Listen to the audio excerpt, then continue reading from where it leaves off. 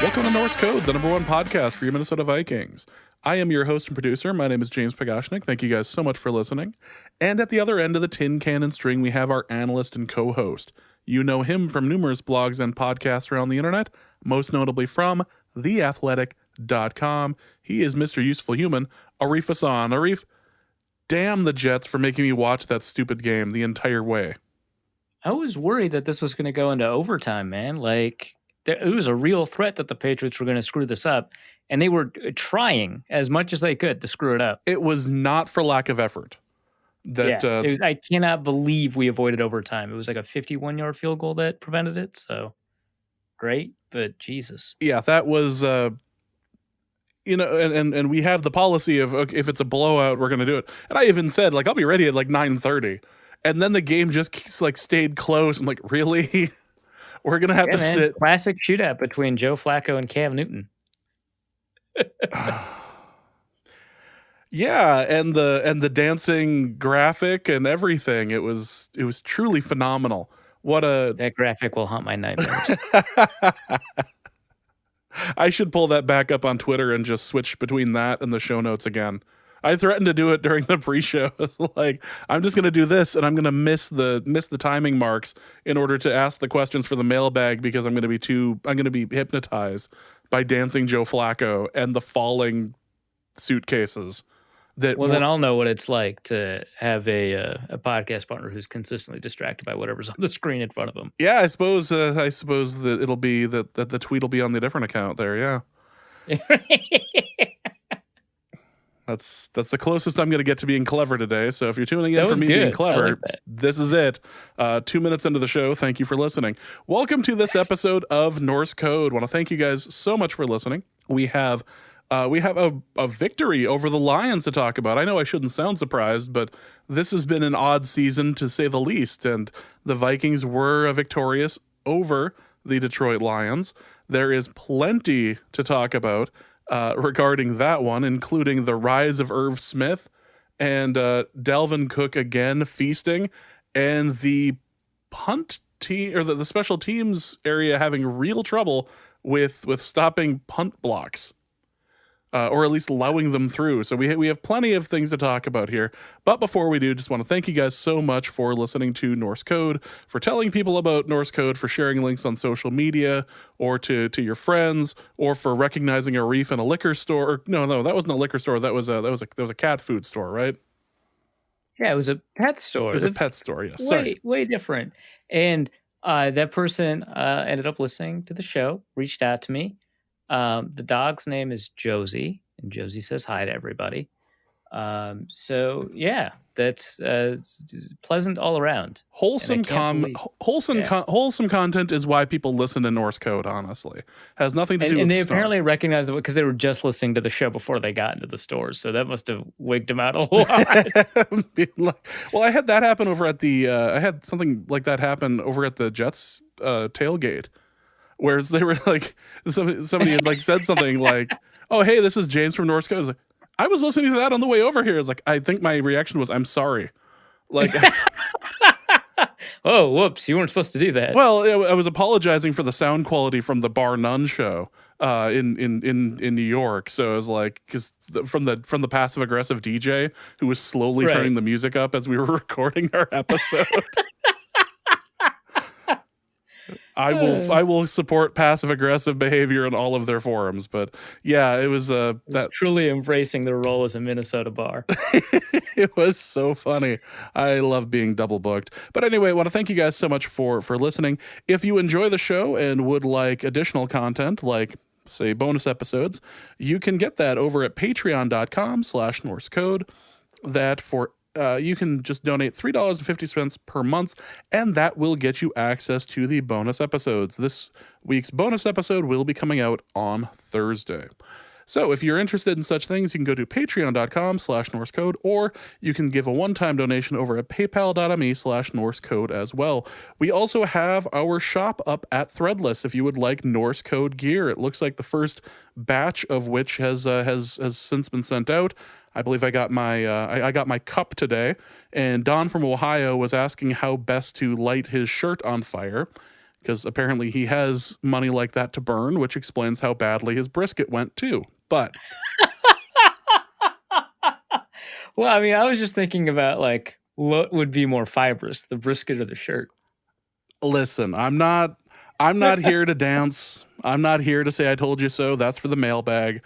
But if you are interested in some Norse Code gear, you can absolutely acquire that over at norsecode.threadless.com.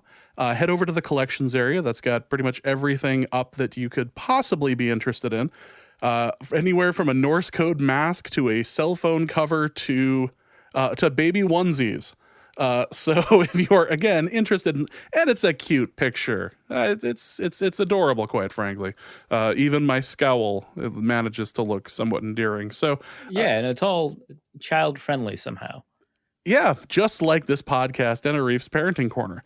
So norsecode.threadless.com for all of your Norse Code geared needs. So let's get into this episode of Norse Code. This was a victory over the Lions. This was a game that I honestly thought that Matt Stafford was going to just rain fire upon the quarterbacks for the Minnesota Vikings. And after that first shot that Stafford took when he dropped back, launched it, that was basically the end of attempting to like hit deep for the Lions. Yeah, the Matt Stafford did not attempt a throw over 15 yards after that throw, which was like 45 yards in the air or something like that. And then they didn't try a throw over 15 yards. And I believe Chase Daniel only attempted one throw, I want to say, over 15 yards. And that was intercepted by Harrison Smith. And nobody could blame Stafford for launching that one to start.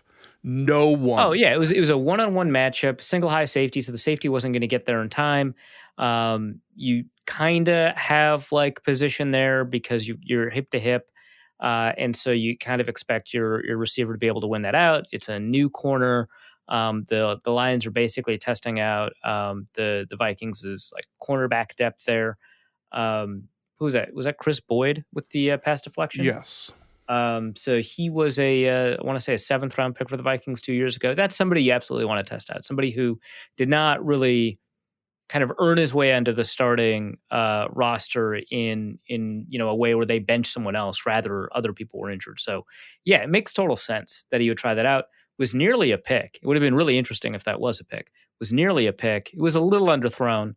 But overall, I thought it was good coverage. Somebody in my mentions was trying to argue that it wasn't a good coverage, and I get their argument.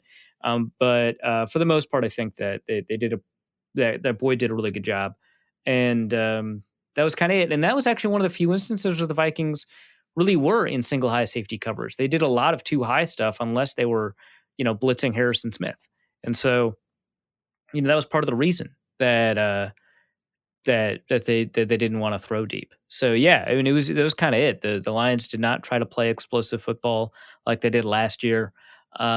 They don't actually throw deep all that much. We talked about that in the interview before the game, where Stafford is like 4th in average depth of target, but actually about middle of the road in terms of total deep shots, or not in total in rate of deep shots over 20 yards. And I think part of that's just a likelihood of targeting intermediate a lot, not a ton of screen passes and stuff like that. And that's what we saw in the game. Not a ton of screen passes, and obviously no deep shots outside of that first one. So the Vikings definitely prevented that offense from being explosive.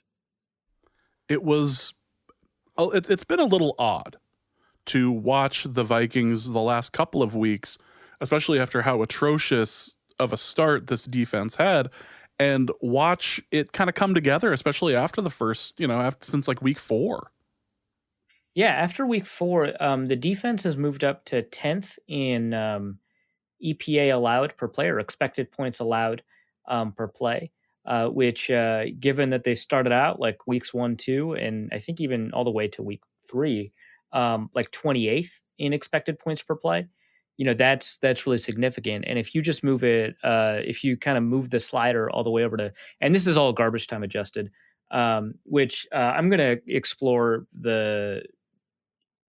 consistency of garbage time, whether or not it improves predictability.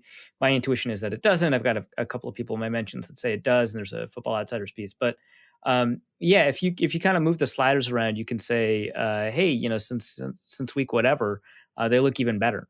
But yeah, I think week 4 is a good way to divide it, because that's when the Vikings switched their coverage scheme from the cover 3, cover 4 stuff that they've been doing a lot last year and at the beginning of this year, to the cover 2 stuff where they have the safeties kind of protect the corners. And so, the defense is above average, which if the offense kind of continues to score points, so the offense since week 4, again, outside of garbage time, since week 4, in EPA per play, they're actually number 1, right? Mind you, that's not like, I don't think anyone, or that's since week 6. Since week 4, they're, I think, number 2 or number 4, something like that. They're in the top 5. Yeah, they're number 2 behind the Packers. And so, I don't think that anyone believes that it is the second best offense in the NFL. But like, because it goes like Green Bay, Kansas City, Buffalo, and New Orleans. I think that there's something there where the offense is a little bit better than we think. The real question is how much of that is captured in rush EPA. So the Vikings have the best rushing expected points added of any team, as you'd expect, since I want to say since Nick Chubb got injured, because it was the Browns before then. But at 0.105, the number 2 in rush EPA since week 4, and their dropback EPA is good, right? It's not bad. They're third, but I think a lot of that just has to do with relatively safe throws, because their success rate dropping back is really high at 56.3. So I'm a little curious about kind of how sustainable it is, but so long as there's something here to say that the passing game is keeping up, there's the Vikings do have an opportunity to try and win out. The schedule, I mean, a bunch of people have said it before, and I'll repeat it because I think it does bear repeating. The schedule looks a lot easier going forward. I think after week 4, the Vikings had the number 1 most difficult schedule in the NFL by DVOA, and going forward they had the 28th most difficult schedule. So I think it was right after week 4. And now the Vikings they've just hit an easier patch, and so they still have the second most difficult schedule of any team. Houston's number 1, which that doesn't change from some of the narratives back when we were prepping for the Houston game. But going forward, their schedule is like 19th. It's tougher than it was a couple of weeks ago, because they had the Falcons game and they kind of screwed up that opportunity, and now they've had the Detroit game in their rear view mirror. So that kind of removes some of the easier opponents on the schedule. They still have Tampa Bay going forward. I don't know what Tampa Bay is going to be after this disastrous Sunday night showing. They were number 1 in DVOA. They probably are not anymore. This is one of the biggest DVOA moving games that Football Outsiders has had. What a journey. What a journey that game was. Yeah, just incredible. That team whipped the crap out of Green Bay. And then they did that. It was like the sort of thing that Vikings fans are used to. Oh yeah. So it's a primetime game. The team has just been hyped. They're a lot of people are calling them the best team in the league. They're setting forth to get a Super Bowl. I think the Super Bowl is in Tampa Bay. It is. I want to say. Yeah, and so they get to have the, hey, we're hosting the Super Bowl and we're good, so we might host the Super Bowl at home thing. That Vikings fans are achingly familiar with, and Dallas fans, weirdly enough, and they've got the best. They've got 7.1 estimated wins out of 8 games, and they just added another offensive weapon, and everything's going well. Then they have a primetime game against not even like a great opponent, just like a good one. And they just get mollywopped, And the roster is full of players that made it big on, I'm say like other teams, but are kind of coming in for like a last hurrah, almost like a heist sort of thing. Yeah. Well, it's like even the players that are like that were drafted by Tampa Bay feel like there's a different version of them. Like Mike Evans, for example, feels like there's a different version of Mike Evans a couple of years ago than the one we saw. Then Tom Brady, he's in there for one last hurrah. Rob Gronkowski, Antonio Brown, even I think one of their defensive players, I forget now. But it does Leonard feel like Fournette still over there. Yeah, Leonard Fournette, the third string back. I don't know anymore. But it's definitely a bunch of people that are party to a heist. Yeah, that's exactly what Tampa Bay is. Yeah, and we don't have any idea what they're gonna. 11. Yeah. Oh, I thought you were gonna go with 12 at that point just because of his number, but.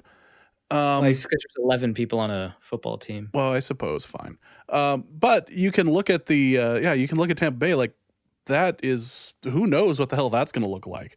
I think I had even tweeted before, kind of referring to what you had said, that anything that Drew Brees throws that's like over 10 yards is an adventure, but anything that Tom Brady throws comparatively, like that's over 10 yards, feels like the Lord of the Rings trilogy. Like you don't know what, like that's going to go anywhere. Like that is. It was just so weird because for the first 5 weeks, his deep passing was extraordinarily good. And now it's just like, man, I've got a timer going. I'm waiting for that ball to arrive. What's happening? Yep. I'm not, you get accused of calling people, you get accused of calling races early. You get accused of calling results too early. I don't want to be in that game. I don't want to be in that racket. That's not what Norse Code is about. But look, we're at T-Stat 4. It is virtually impossible for Tom Brady to be bad at this point. Oh, no. It happened. And you've been waiting for Father Time to catch up with him. I'm not saying he's cooked. I am saying that I smell something. I smell something from the kitchen. Like, man, that didn't look good. And maybe he bounces back and wins the Super Bowl and I look like an idiot more so than normal. But boy, that was a bad game. And so that game's in a couple of weeks. You've got the Bears game up ahead, which if it was a team identical to the Bears wearing a different uniform playing in a different stadium, I'd feel very comfortable with, even though they've got a good defense, but you never know. We'll talk about that obviously in the upcoming show. Primetime Kirk Cousins. Then you have in Chicago, and you have Kirk Cousins on a Monday night. Like not just it's all coming together basically. I will say that a lot of Kirk's Monday night has happened against the Seahawks. So maybe that's not all entirely him underperforming on Monday night. Although some of it really seems to we'll see about that for Kirk Cousins. We'll see. Yeah. But after that, you've got the Dallas Cowboys, which it depends on whether or not they're going to play AAF MVP Garrett Gilbert, in which case I'd be worried, or JMU legend Ben DiNucci. Honestly, they're just full of good quarterbacks there, Dallas. What wonderful depth. Yeah, the real worry is Andy Dalton's probably going to come back for them, and he's probably going to replace Garrett Gilbert for some reason. So that's probably good for the Vikings. Then you've got the Panthers. So Teddy's going to win that one, so you just chalk that one up as a loss. Then Jacksonville, you're probably good there. Then you got the Buccaneers, we just talked about them, the Bears again, then the Saints, who are like good, not great, and then the Lions again. So two kind of rough games on the schedule, plus the Teddy game. We'll see. But this schedule looks a lot easier going forward than it has been. Well, let's talk about the Vikings offense, because the story of the game was that Dalvin Cook and Adrian Peterson, meeting in a football game. But this was Dalvin Cook's day to shine. This is his most number of rushing yards ever in a game. Between last week and this week, he just put up phenomenal numbers and got another touchdown in as well, and was just dominant. And a lot of people were trying to compare Adrian Peterson and Dalvin Cook in the wake of this game. And we had done something similar before the game, talking about kind of would Dalvin be able to reach like Adrian levels. And so it was kind of funny to listen to everybody kind of do the exact same points we were doing. But it sounds like, and I'm stealing a take from Twitter, because that's just what ends up happening. The difference being in the type of running that they do is Dalvin seems to not have any of the feast or famine problems that Adrian would have, where it would be 2 stuffs, 3 stuffs, 4 stuffs, and then 60 yards. Whereas Dalvin is just making things happen because he's more of a finesse runner. Yeah, it'll be interesting to kind of, and I might be able to actually take a look at some stuff for success rate going forward, but it'd be interesting to take a look at whether or not, Dalvin Cook's, lack of feast or famine is actually true, or whether or not it's just something that we kind of project to be true. So I'm going to take a look at, was it 2007 to 2014, right? That would be the Adrian Peterson era. Mm-hmm. I'll take a look at the Vikings rush success rate by EPA. So positive EPA is a success. And it is 39%. So 11th best. It's not great, but it's not, the worst. But they do have the 8th best expected points added in the running game. If you take a look at just 2020, which is obviously, I think it makes the most sense given that this is kind of the only time Dalvin Cook has performed at this high a level. I mean, we were having an MVP conversation first half of last year for Dalvin Cook, or at least is he the best running back in the league, sort of thing. And so you could say that, but I think if we're just taking a look at this year, the Vikings are second in rush success rate, and league-wide success rates on rushing, has gone up. And so second means a lot more than it did over the course of that entire span at 47.4%. So that's pretty phenomenal. Interestingly, first both times, the Patriots. So that's kind of worth thinking about. And then in total rush expected points added, you've got the Vikings at number 3. So number 1, you've got the Patriots. They've got a running quarterback. Number 2, you've got the Cardinals. They've got a running quarterback. 3 and 4 are the Vikings and Titans. And then 5 are the Ravens, where you've got a running quarterback. The Seahawks are 6th, but I don't really think Russell Wilson scrambling has very much to do with it. That's pretty interesting. Say, do me a favor with the stats you have up. Are you able to just isolate the 2012 season for Adrian? Yeah, of course. That was actually going to be the next thing I was going to do. I don't know if I can do it just for Adrian. I'm just going to take a look at the rush game overall, but they didn't really give it a bunch to Toby anyway. So let's take a look. So rush success rate in 2012. And mind you, it was the second half of 2012 that really killed it, and we can take a look at that in just a second. But 40.3% rush success rate, that's actually pretty good. But it ranks 10th that year. In total rush EPA, this is interesting. They rank 5th overall, but it was slightly negative rush EPA. So I find that kind of curious. But if we just take a look at the back half of 2012, like since week 9. Yeah, where Adrian just ran his face off and earned the MVP award. Yeah, he was running for like 800 yards a game. The rush success rate stays about the same. It improves a little bit to 42.2%, 8th in the NFL over that span. And the rush EPA is wildly positive, 0.069, number 1 by a country mile in rush success, in total rush expected points added, 0.069. So again, in 2020, the number 1 rush EPA, who did I just say it was? It was the Patriots. Yeah, 0.1. So that's actually really phenomenal. But number 2 is 0.059 with the Cardinals. The top running back oriented running game is still the Vikings, but at 0.038.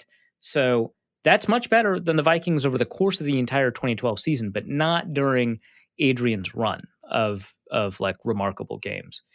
So these are all like super interesting comparisons to bring up. I assume I'll be forced to write about it at some point at The Athletic if he keeps this up, which actually I'm going to enjoy doing. That's probably going to be a very popular article.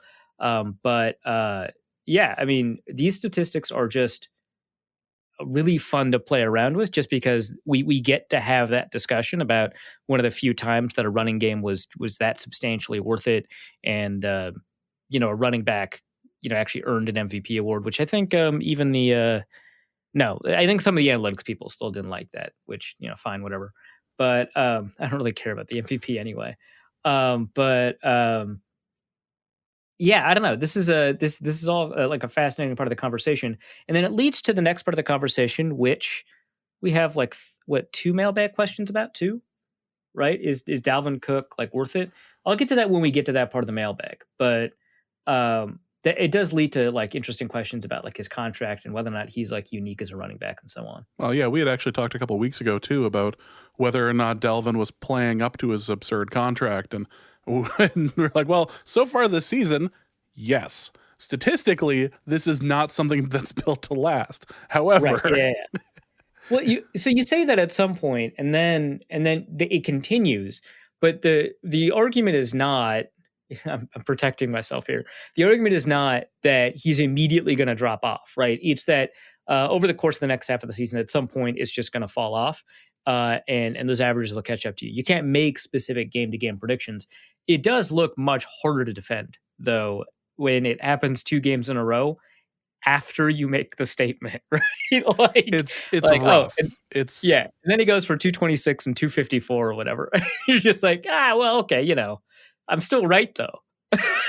I couldn't be right despite the league in, like rush yardage, and he's like missed a game and a half compared to some of these other guys. The list of teams that he has more rushing yards than is not players, teams.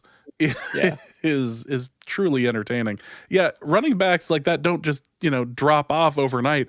That usually just happens to like quarterback play or something. Do you remember the game that or the series of games where you were able to figure out pretty decisively, yep, Peyton Manning doesn't have it anymore. Like it's that sort of thing. Oh yeah, and that took like almost no time at all. Yeah. Just like that first game we were like, wow, that's pretty rough. We'll see what happens the next game, and then like 3 throws into the next game you're like, all right, well, too bad. I guess he's not going to get that second ring, which, of course, was the year he got the second ring. Yeah. The year he was good. They got curb stomped. Like, oh, okay, well, that's the end of that. Right. But yeah. So some quick Dalvin Cook stats for people that are super into Dalvin Cook stats, which I imagine are most people listening to the show. Dalvin Cook leads the league in total rushing yards among running backs with at least 50 attempts. Yeah, I think the cutoff here is 48 attempts or something like that. So let's say among running backs with at least 40 attempts, because Jeff Wilson's included here at 38. So among running backs with at least 40 attempts. So remember, Cook has 144. He leads, or he's second in yards per attempt. So Miles Sanders is the only running back above him. He has half as many attempts. So he leads the league in rushing yards. He is second in the league in yards per attempt. He has 12 touchdowns, which is 3 more than the next guy. That's Todd Gurley. And Gurley, of course, would want one of those to be reduced. So it's like 12 plus, the one you wanted. He leads all running backs in total first downs with 48. I don't know if it's going to end up being something like a first downs per attempt, but that'd be kind of interesting to calculate out. He leads all running backs in total runs of over 10 yards with 25. Next is Kareem Hunt with 20 and James Robinson with 18. He leads all running backs in total yards, or no, he's actually second among all running backs in total yards after contact to Derrick Henry, but he's first, and this is actually really unusual. He's first in yards after contact per attempt.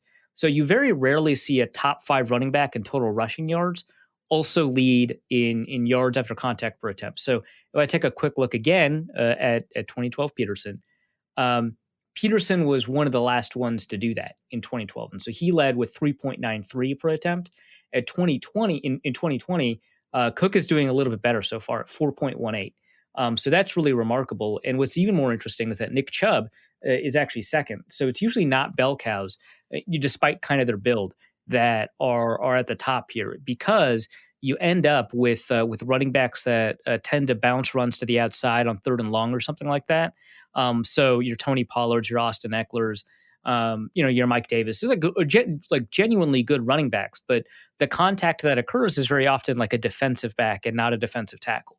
So the fact that he leads all running backs in yards after contact per attempt is really interesting. And then here's the one where he's like dominating the competition.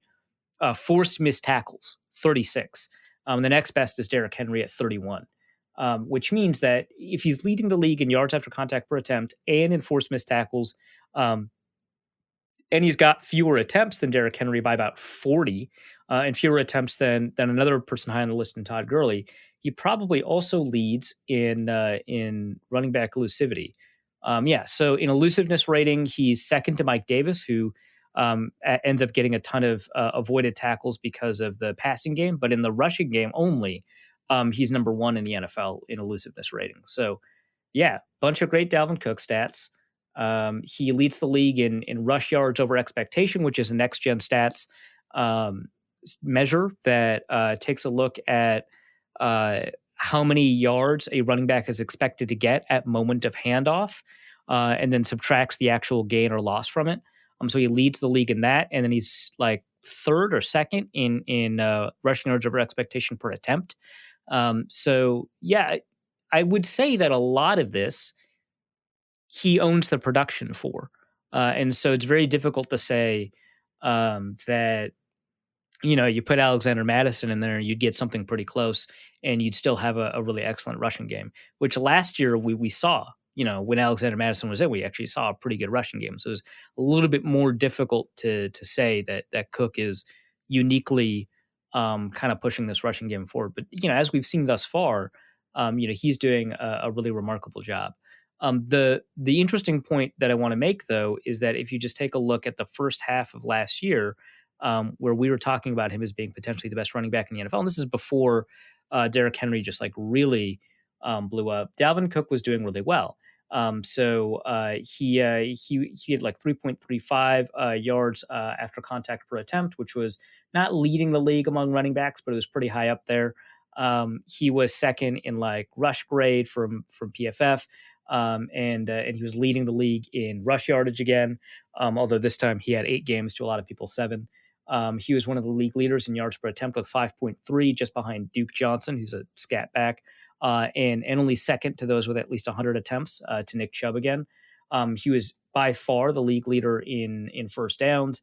He was the league leader in 10-plus yard plays, the league leader in yards after contact, or second to Leonard Fournette, which is kind of weird, and one of the league leaders in yards after contact per attempt. So in the first half of 2019, he was playing really well, not as well as he is now, right?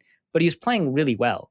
And then you take a look at the second half of the season, and he didn't play poorly, but he fell off like in a big way. So, for example, in PFF grade, he fell from 4th to 34th, and his yards after contact per attempt fell off all the way from 3.5 to 2.6. His 10-plus yard gains fell from 21 to 4. Mind you, he missed 2 games, one sort of voluntarily against the Bears, and then one because of injury. But, I mean, the differences are really stark. You take a look at first downs gained. He fell from first to 24th. He genuinely looked really fantastic in the first half of 2019. Not as good as he looks now, but he looked genuinely fantastic. And then he stopped doing that.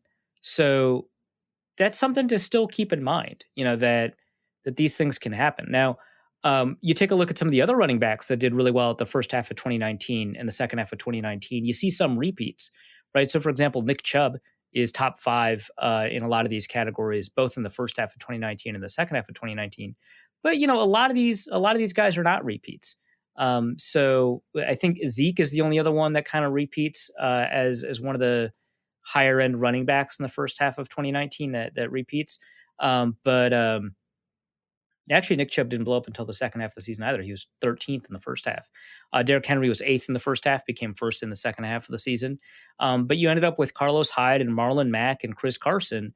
And only Zeke was in the top 5 at the beginning of 2019 and stayed in the top 5 at the end of 2019. And then take a look at how Zeke's playing now. He's playing kind of like garbage, right? Relatively speaking. But he's not playing very well. Christian McCaffrey, was an MVP candidate last year. He's only played 2 games. Mind you, I have him on my fantasy team, so I'm very happy he's back, and very happy that they force-fed him the ball this week. But that was his 3rd game, and so these are also things to consider when we're talking about the contract. We'll get into more of it when we get to some of those mailbag questions, because I think there's kind of more to dissect here. But if we take off the nerd hat for a second, he's one of the most fun players to watch. So I enjoy watching that. If we just kind of distance ourselves from the question of whether or not it was wise for the Vikings to pay him, well, they did, right? And right now he is responsible for the team winning, which, it takes a lot for me to say that as a running back hater, but he's responsible for the team winning. He's the most fun player on the field to watch now that Stephon Diggs is gone, because it's not Adam Thielen, it's not Justin Jefferson, it's not Irv Smith. I don't think it's any defensive player now that Danielle Hunter is not playing. And Eric Kendricks is playing really well, but I don't think he's as fun to watch as Dalvin Cook. So he's the most fun player to watch in the Vikings. I'm going to enjoy that. I'll continue answering questions about whether or not it's worth it, whether or not I'm wrong about whether or not it's worth it. But right now, he's so fun to watch, and it's very difficult to make a coherent argument to say he's not worth it. So I'm not going to try too hard, but I'm going to answer questions about that and stuff. Yeah, it's this. Let's face it. At this point, he entered the MVP conversation this game. Yeah, and he built that case over the past 2 games too. So yeah, absolutely. Yeah, this was a fun one to watch, to be sure. Well, this one thing that I noticed that the Vikings started using this game, they haven't used a lot throughout the earlier part of the season, is they were able to use Dalvin Cook in play action. Like, they were able to sell the play action to the point where the defense didn't have any idea what the hell they were doing. Maybe they were just surprised that the Vikings were actually using play action. Yeah, it's been a bit. The Vikings were in play action on over half of their dropbacks, which I think is a season-wide high. Interestingly, they were not as consistent on play action as they were off of play action, which is kind of weird, but they were still really good. I mean, both their touchdowns, or not both, but 2 of Kirk Cousins' 3 touchdowns were off of play action. For perspective, I mean, the Vikings have been avoiding play action in part because they played the Packers once, and the Packers do a very good job taking away play action, but also because they've just been behind in games, and so they can't really use play action. But before this, they were entering the game having used play action about league average at 25.7%. Last year, they were closer to 35% than they were to 25%. And so in this game, they used play action on half of their dropbacks. That seems pretty that's pretty great. I think that was it 5 completions on 10 attempts, but for 8.4 yards per attempt, 2 of those were touchdowns. Yeah, I don't know that it's that Dalvin Cook was a huge threat or anything like that. I think play action tends to work, regardless of how excellent your running back is. I think was the league leader right now in yards per attempt from play action. Doesn't have a very good running game. Who is it? Deshaun Watson. Yeah. So after Tannehill and Cousins, actually. So they've got good running games. And you got Deshaun Watson. Tom Brady is there. They've got a pretty decent running game. But yeah, a lot of the league leaders in play action don't have great running games. So I don't know that Dalvin Cook played a big role in that. But yeah, you're right. The Vikings played more play action in this game than I think they did in any other game this season.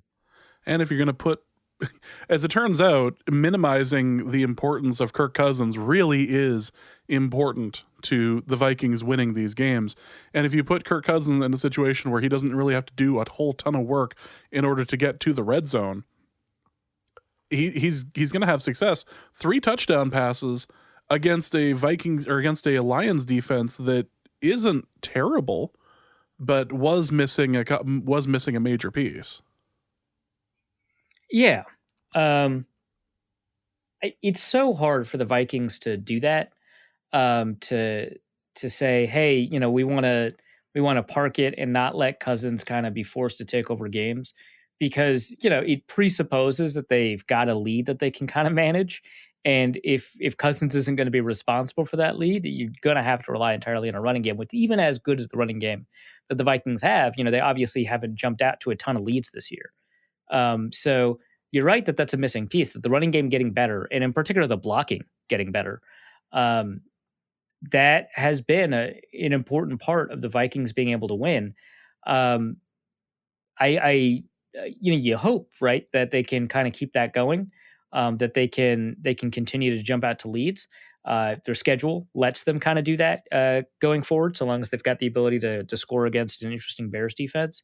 But yeah, you take the ball out of Cousins' hands. I think in essence, almost every offensive coordinator wants that. You want to be able to build out a lead without being forced to throw the ball, and then only throw the ball when it kind of makes the most sense. But the Vikings, that I think is particularly true because Cousins, you take a look at a lot of his statistics, he looks fine, right? He's one of the league leaders in yards per attempt, I think, this year. But we saw that in situations where the Vikings kind of have to rely on him, it's not working out. And to kind of avoid falling into a bunch of narrative traps about this, because I think there's a lot of narrative traps about quarterbacks that are good or have good statistics, but you can't rely on them. And I don't think those are necessarily true. I think Tony Romo is a really excellent example of that. The reason that seems to be less true for Cousins is because of his issues with situational awareness, where he's got the ability to make the textbook read and all that. We've talked about this a million times on this podcast, but I think that the reason that this isn't really just falling for a narrative trap, I think that is that we see that there's a particular skill that he seems to be missing, where he makes context appropriate decisions that understand that it's like 3rd and 7, or understand that we're in a 2-minute drill or something like that, as opposed to just kind of taking whatever throw that seems to be there. It's nice not to put high leverage plays into Cousins' hands, because I think with a 7-point lead, Cousins is clearly a top 10 quarterback, but with a 7-point deficit, he kind of falls down the ranks for sure. So Irv Smith became useful this game, scoring 2 touchdowns. Jesus. Well, he's a good blocker. I don't know if I would go that far. Okay. He's a good blocker. He became useful in the passing game outside of blocking. He caught 2 touchdowns, easily surpassing his 1-0 question mark for the year. Irv Smith really, really good in the passing game for what he was used for. Yeah, I think we've been kind of used to seeing him as like a field stretcher or something, and those were his first touchdowns this year. Interestingly, you take a look at like 10 yards, not that much, but obviously those 2 touchdowns helped a lot. He did help against Seattle. He got 64 yards there. That was pretty useful. Plus, he was a good blocker in that game. But yeah, those first 4 games of the season, it just felt there was something off about. We were fielding questions about his disappearance. Like people were looking on milk cartons for him. Yeah.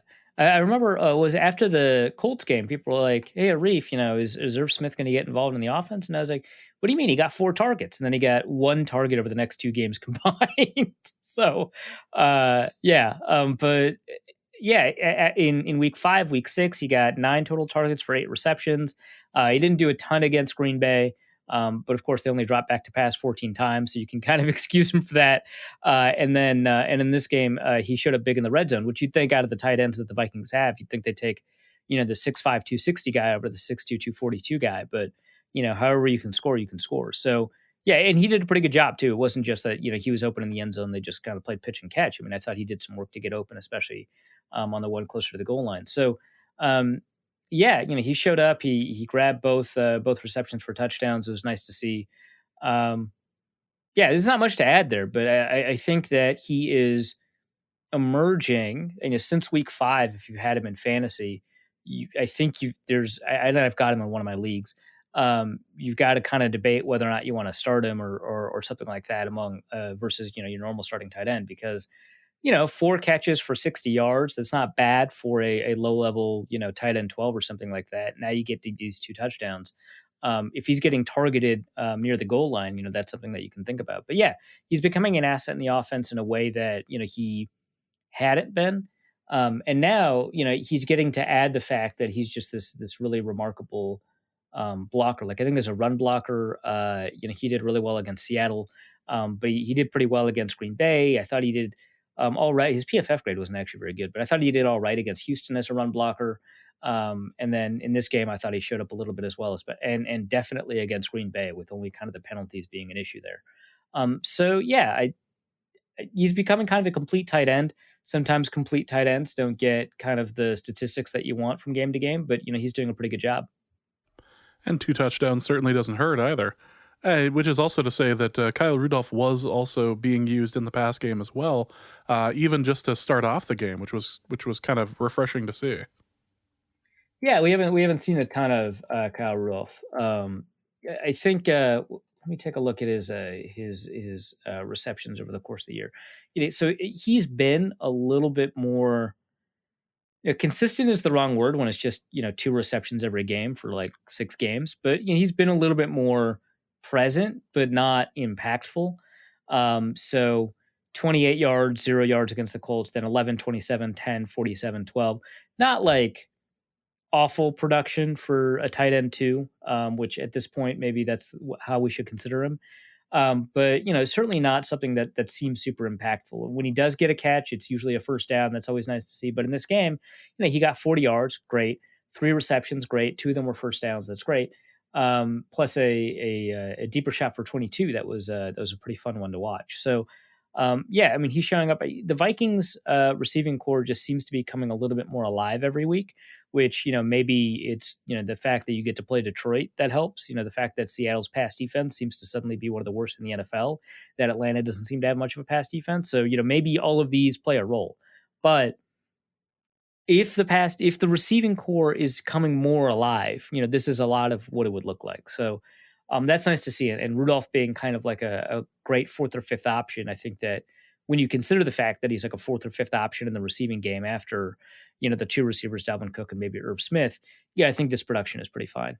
We've kind of taken a bit of time off talking about Justin Jefferson because there hasn't been, he hasn't had, the multiple 100-yard games since his last one. How is Justin Jefferson doing exactly? 'Cause he is getting open and he is making pretty good catches, especially the one in particular, kind of later in the game. How is he progressing? I think he's doing pretty well. This is a situation where it seems like if you excluded his garbage time numbers, you do a better job projecting his capability going forward. So entering week 8, or maybe actually after week 8, he had over 100 yards a game. Most of it propelled off of the fact that he had 2 games over 150 yards. So was kind of making up for some games where he only had 20. But, he had 100 yards a game or so. But only 60 of them were outside of garbage time. He had a ton of garbage time production, a little bit in the first 2 weeks, then it became a starter. And then against Atlanta, he got like 60 of his 160 yards, or 70 actually, I think, closer to that, in garbage time. And so he was really closer to 60 yards a game when it was a little bit more meaningful. And that seems to be kind of where he's at this point. He got 64 games against Detroit, or 64 yards against Detroit. I thought he played well. I think it's kind of interesting that it might be the case that teams are paying a little bit more attention to him than Thielen. He hasn't dropped a pass since Seattle. I think that he's playing really well. I think that when you turn on like the coaches film, when the All-22 becomes available, which it already has by recording this episode, I think you'll probably see him getting open a little bit more often than he was targeted. He only saw 4 targets. And so that'll be kind of interesting to watch. But yeah, I think that he's playing really well. I didn't expect him to kind of continue it in a 90 or 80 yard game of pace, but this is in line with my expectations, having been now adjusted given that he's played so well. So I didn't expect him to continue 100 yards after he had gotten the 166 yard game. I'd figured, hey, that's probably, not likely going forward. He might get one more at the end of this year. Probably the last time a defense he was gonna face a defense that didn't pay attention to him. Right. Yeah, exactly. I think that was a big part of it. And then some of it's just variance and then some of it's garbage time. But yeah, a combination of those 3 factors where, for example, Jerry Alexander was following him a little bit, right? So it was probably the last time he was going to get 150 yards, maybe one more time by the end of the season. And so I would expect him getting 55, 60 yards going forward. So that's what happened in this game, and that's really good to see because, again, rookie receivers, you don't always get a ton out of them. If you get 800 yards out of them, you're probably happy for a first-round rookie receiver, and he's on pace for over 1,000. So, I think we should be happy with him so far. One thing I did want to bring up is the fact that the offensive line seems to be gelling a bit. Is this just something that is being masked by the production of Dalvin Cook, or is there something here? It's a little bit of both. Mike Zimmer mentioned that some of it is that they've been doing some stuff schematically to help out the offensive line. And normally when you hear that, you think, oh, they must have simplified things.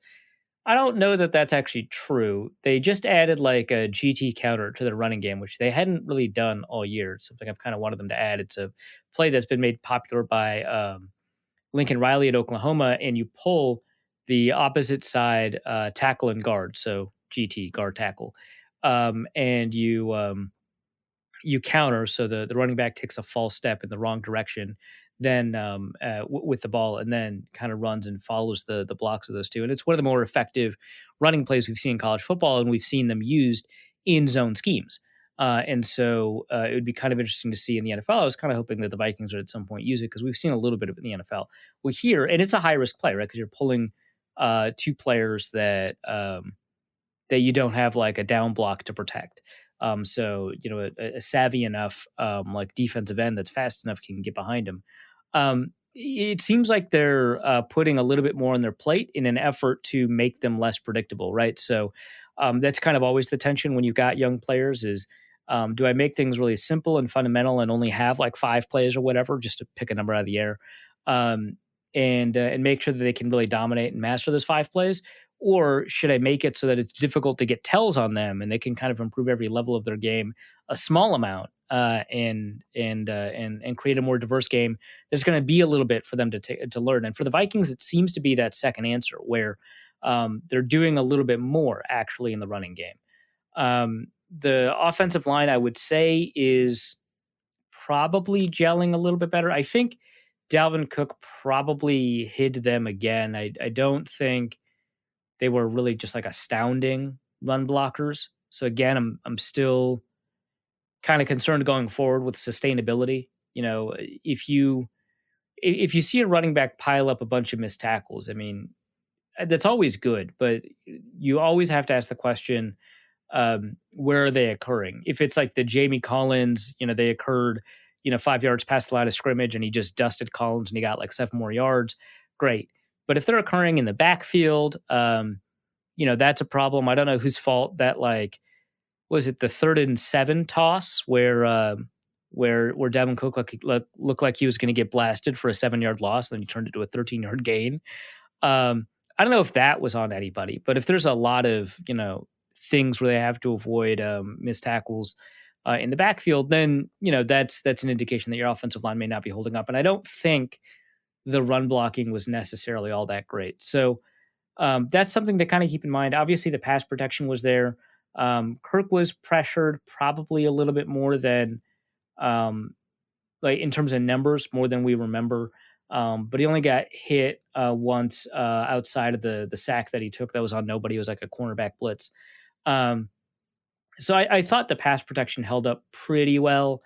Bradbury, I don't know. He started off the year pretty hot, and then he's had a couple of poor games since then. So I kind of want to see where Bradbury's year goes, because he had like just an abysmal game against Atlanta, and I don't know that he did necessarily all that well in this game. Well, let's talk about the Vikings defense, which seemed to. I'm not saying I was surprised, but I was impressed a bit by, well, especially the interceptions, but the pressure that they were able to get onto Stafford, and they ended up knocking him out of the game for a bit. Yeah, that was another instance where I thought the pressure numbers that PFF are providing aren't doing a great job, because it was like 8 of 32 dropbacks, which was it, or not 32, be 34 dropbacks, which is 23.5%, which that just does not seem right based off of the game that you and I both watched, right? Like it felt like Stafford was under a fair bit more pressure. So let's see if Next Gen has something else, because like I agree that was that was a game where it felt like the Vikings were actually doing a pretty good job finding ways to get pressure. So if we take a look at Detroit, Minnesota in Next Gen stats real quick. Yeah, the average distance to Stafford was about average. So Shamar Stephen, 4.51. League average is 4.51. DJ Wanham, 4.54. Rafati, 4.73. Jalen Holmes, 5.04. So in the game, they make it seem like, or in the statistics, they make it seem like, there wasn't as much pressure as we remember. But I'm going to have to go back and watch, because I do feel like, DJ Wanham did a pretty good job generating pressure in the game. I thought that we ended up with some fairly decent pressure from Armin Watts, who seems to be, back up to playing at a pretty decent level. Shamar Stephan did really well, which you don't usually see me saying. And then the blitzes were fine. Like Harrison Smith and Eric Wilson did a pretty decent job as blitzers. Hercules Mataafa as an edge rusher, I thought did pretty well. I thought they did a pretty decent job making sure that they kept on getting to Stafford. And then with Chase Daniel, I mean, he got rid of the ball really quickly, so they didn't get a ton of pressure on him, although they did force him to scramble a couple of times, and that was a product of pressure. For the most part, I liked what the defensive pressure package was. I'm going to have to take a look at it again, because if both PFF and Next Gen say that the pressure wasn't all there, I kind of want to see what the difference is between my perception and what they have to say. But I think for now, before I go into like a third check of that on that game, I think for now I would say I'm pretty happy with the amount of pressure that they produced. Yeah, and maybe we're just imagining it because we were just a bit. This isn't something that the Vikings haven't exactly been getting a ton of pressure this year. Yeah, it's true. Yeah. So maybe just the fact that they were getting any seemed like it was happening on every play. Maybe, yeah. It's entirely possible there, but yeah, this was a game where the Vikings were able to get some pressure and they were able to generate some turnovers. Yeah, the 3 turnovers, I think they all occurred in different coverages. I think the first one, I think, was the Eric Wilson turnover. He and Eric Kendricks are responsible for the crosser. Everybody else is in man coverage except for the safety up high. And Wilson peels off just in time. He passes off the underneath drag route to Eric Kendricks, and he peels off just in time to enter the throwing lane for Matthew Stafford, who I think was targeting TJ Hawkinson. If he was targeting Hawkinson, that would mean that Hawkinson was targeted on all 3 interceptions. I don't know. That would be awful. I was gonna say, you might want to take a look at that real quick as to, or just replay that end zone interception, because all 3 interceptions were to TJ Hawkinson. Rough. So he peels off and he essentially plays as if he's a robber in cover 1. This was not quite that. I mean, it was kind of a match zone for the 2 linebackers. So he ended up dropping into spot zone after his assignment was done, and it was perfect timing to get the ball. So that was a cover 1, and then with match principles with the robber underneath, sort of. And then the second interception was in the end zone. That was a really phenomenal Eric Kendricks one. So that one came in man coverage as opposed to someone just kind of peeling off.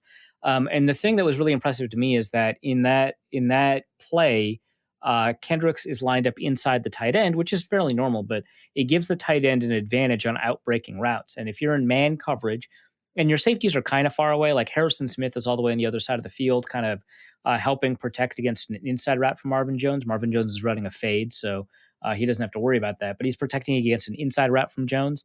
And then Anthony Harris is kind of patrolling the back end of the end zone. So he's there if Hawkinson angles up.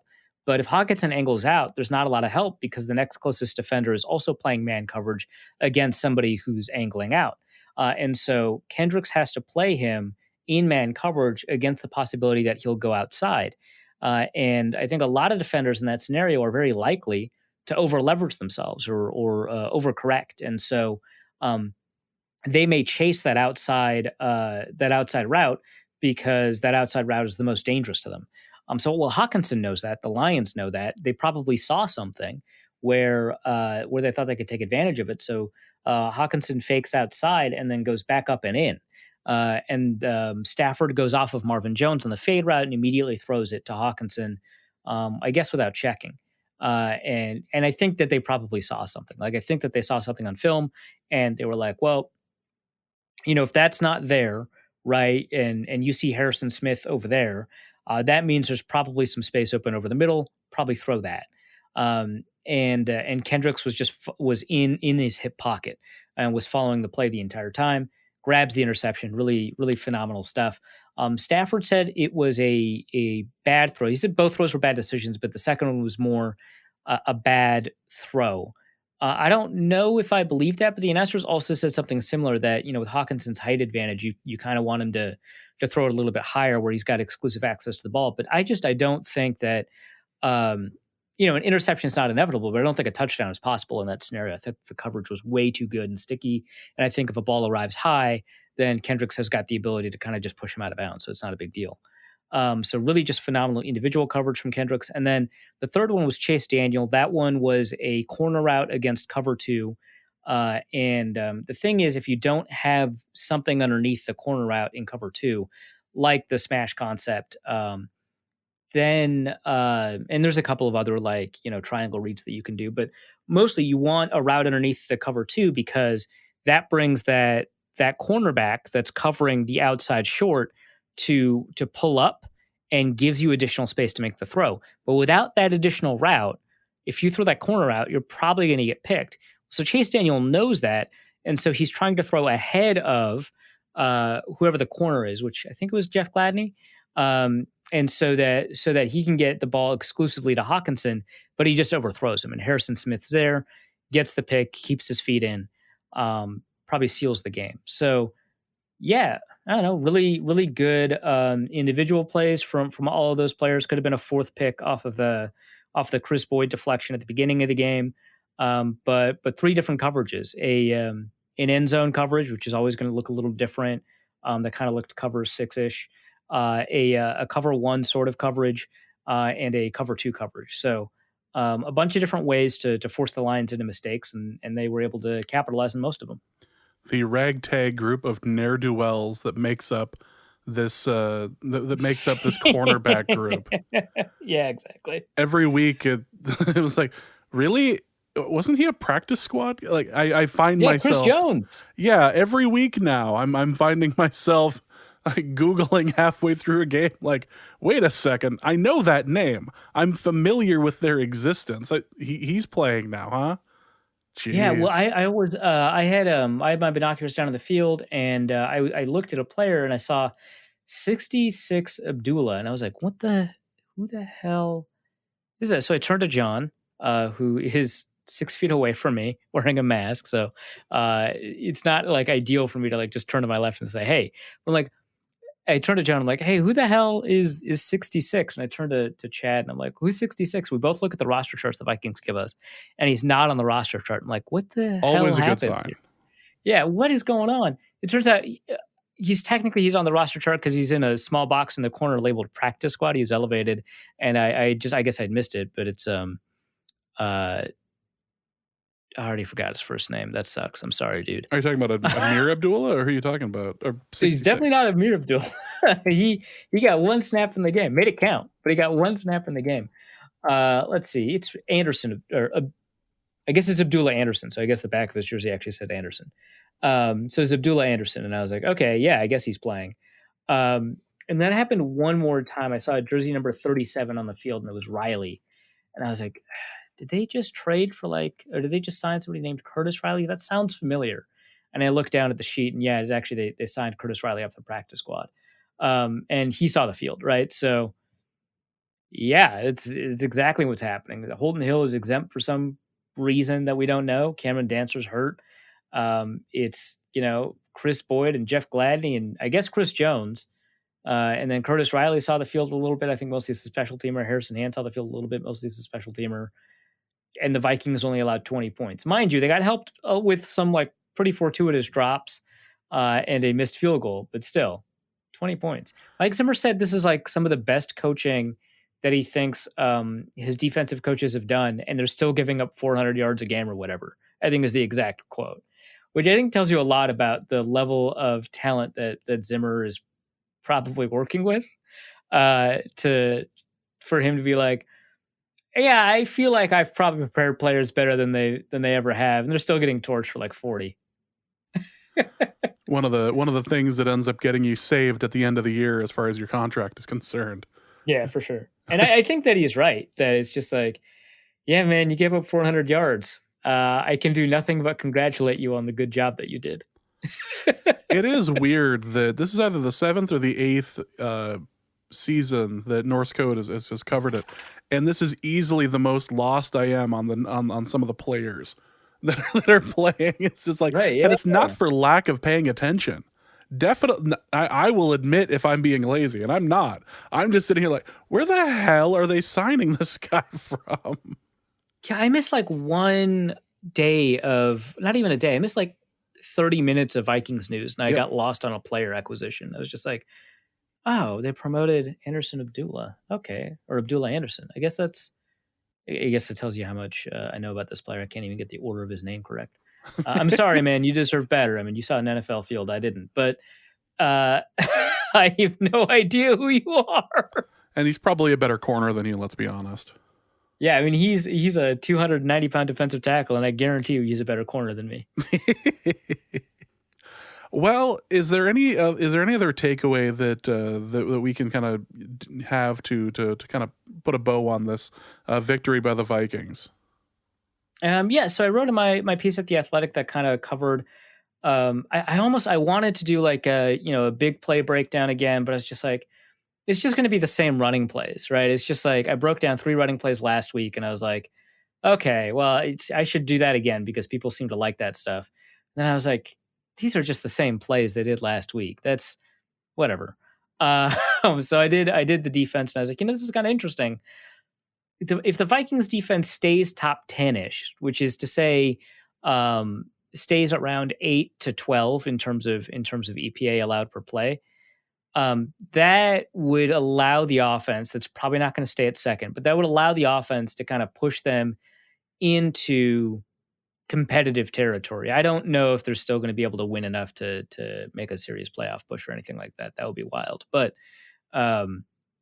they seem to have the horses, which is nuts because we were not at that stage 3 weeks ago. No, it's the opposite of what we were expecting 3 weeks ago.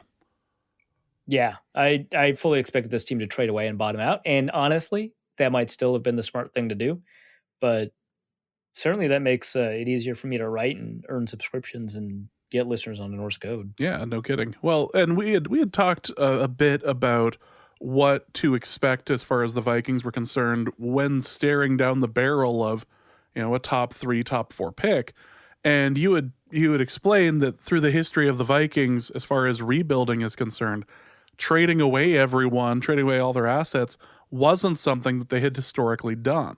So I guess I wasn't surprised that they hadn't gone that route because we'd looked at it historically that this wasn't something that they ever did. So, and when people are going, over under 2.5 trades, like, really? I'm not sure that's not something they do. That said, I don't think anybody expected us to be in a position right now. It's like, okay, well, there's an actual chance of a playoff spot here, which seems dumb, but here we are. Right, yeah, and I think 538 says, at some point, I should say, right after the game, 538 projected a 22% chance of the Vikings making the playoffs, which that relies on 538's ELO system, which is a little bit more friendly to the Vikings given how well they did last year. That's a little bit different than Football Outsiders, which weights previous years a lot less than 538 does. So that was 8% before the game. 538 had it at like 11% before the game. Now the Vikings are at a 24% chance. So essentially a 1 in 4 shot to make the playoffs, according to their system. I bet Football Outsiders is probably close to 16%. So that's a 1 in 6 chance. Yeah, that's interesting. Obviously the Packers have got the best shot in the NFC North. No question about that. But the Vikings have the second best shot in the division. I don't know. Actually, the Bears actually have the second best shot. Well, considering the Bears have 2 more wins than the Vikings do at the moment, yes. Yeah, I mean, they could have been historically bad at some stuff, so maybe who knows. But wow. Right. They're bringing Sloter back, or they're bringing Sloter in now. Yeah, I can't tell if that's a good thing or a bad thing. Well, who are the 2 quarterbacks on that team? So what 538 does do is they do have a quarterback adjusted ELO forecast, which is what this is. So that could have been the argument for the Vikings being favored over the Bears to make the playoffs. But a 2-win advantage is pretty difficult to overcome. Yeah. Well, we'll see what happens on Monday night. Not a fun sentence to say if you were a Vikings fan or somebody who watches Kirk Cousins professionally. Let's call it like that. Yeah. Well, let's hit the mailbag. And Luke Braun asks something I didn't cover in the game review specifically, so we could cover it here. Luke Braun asks, rank the quality of revenge game.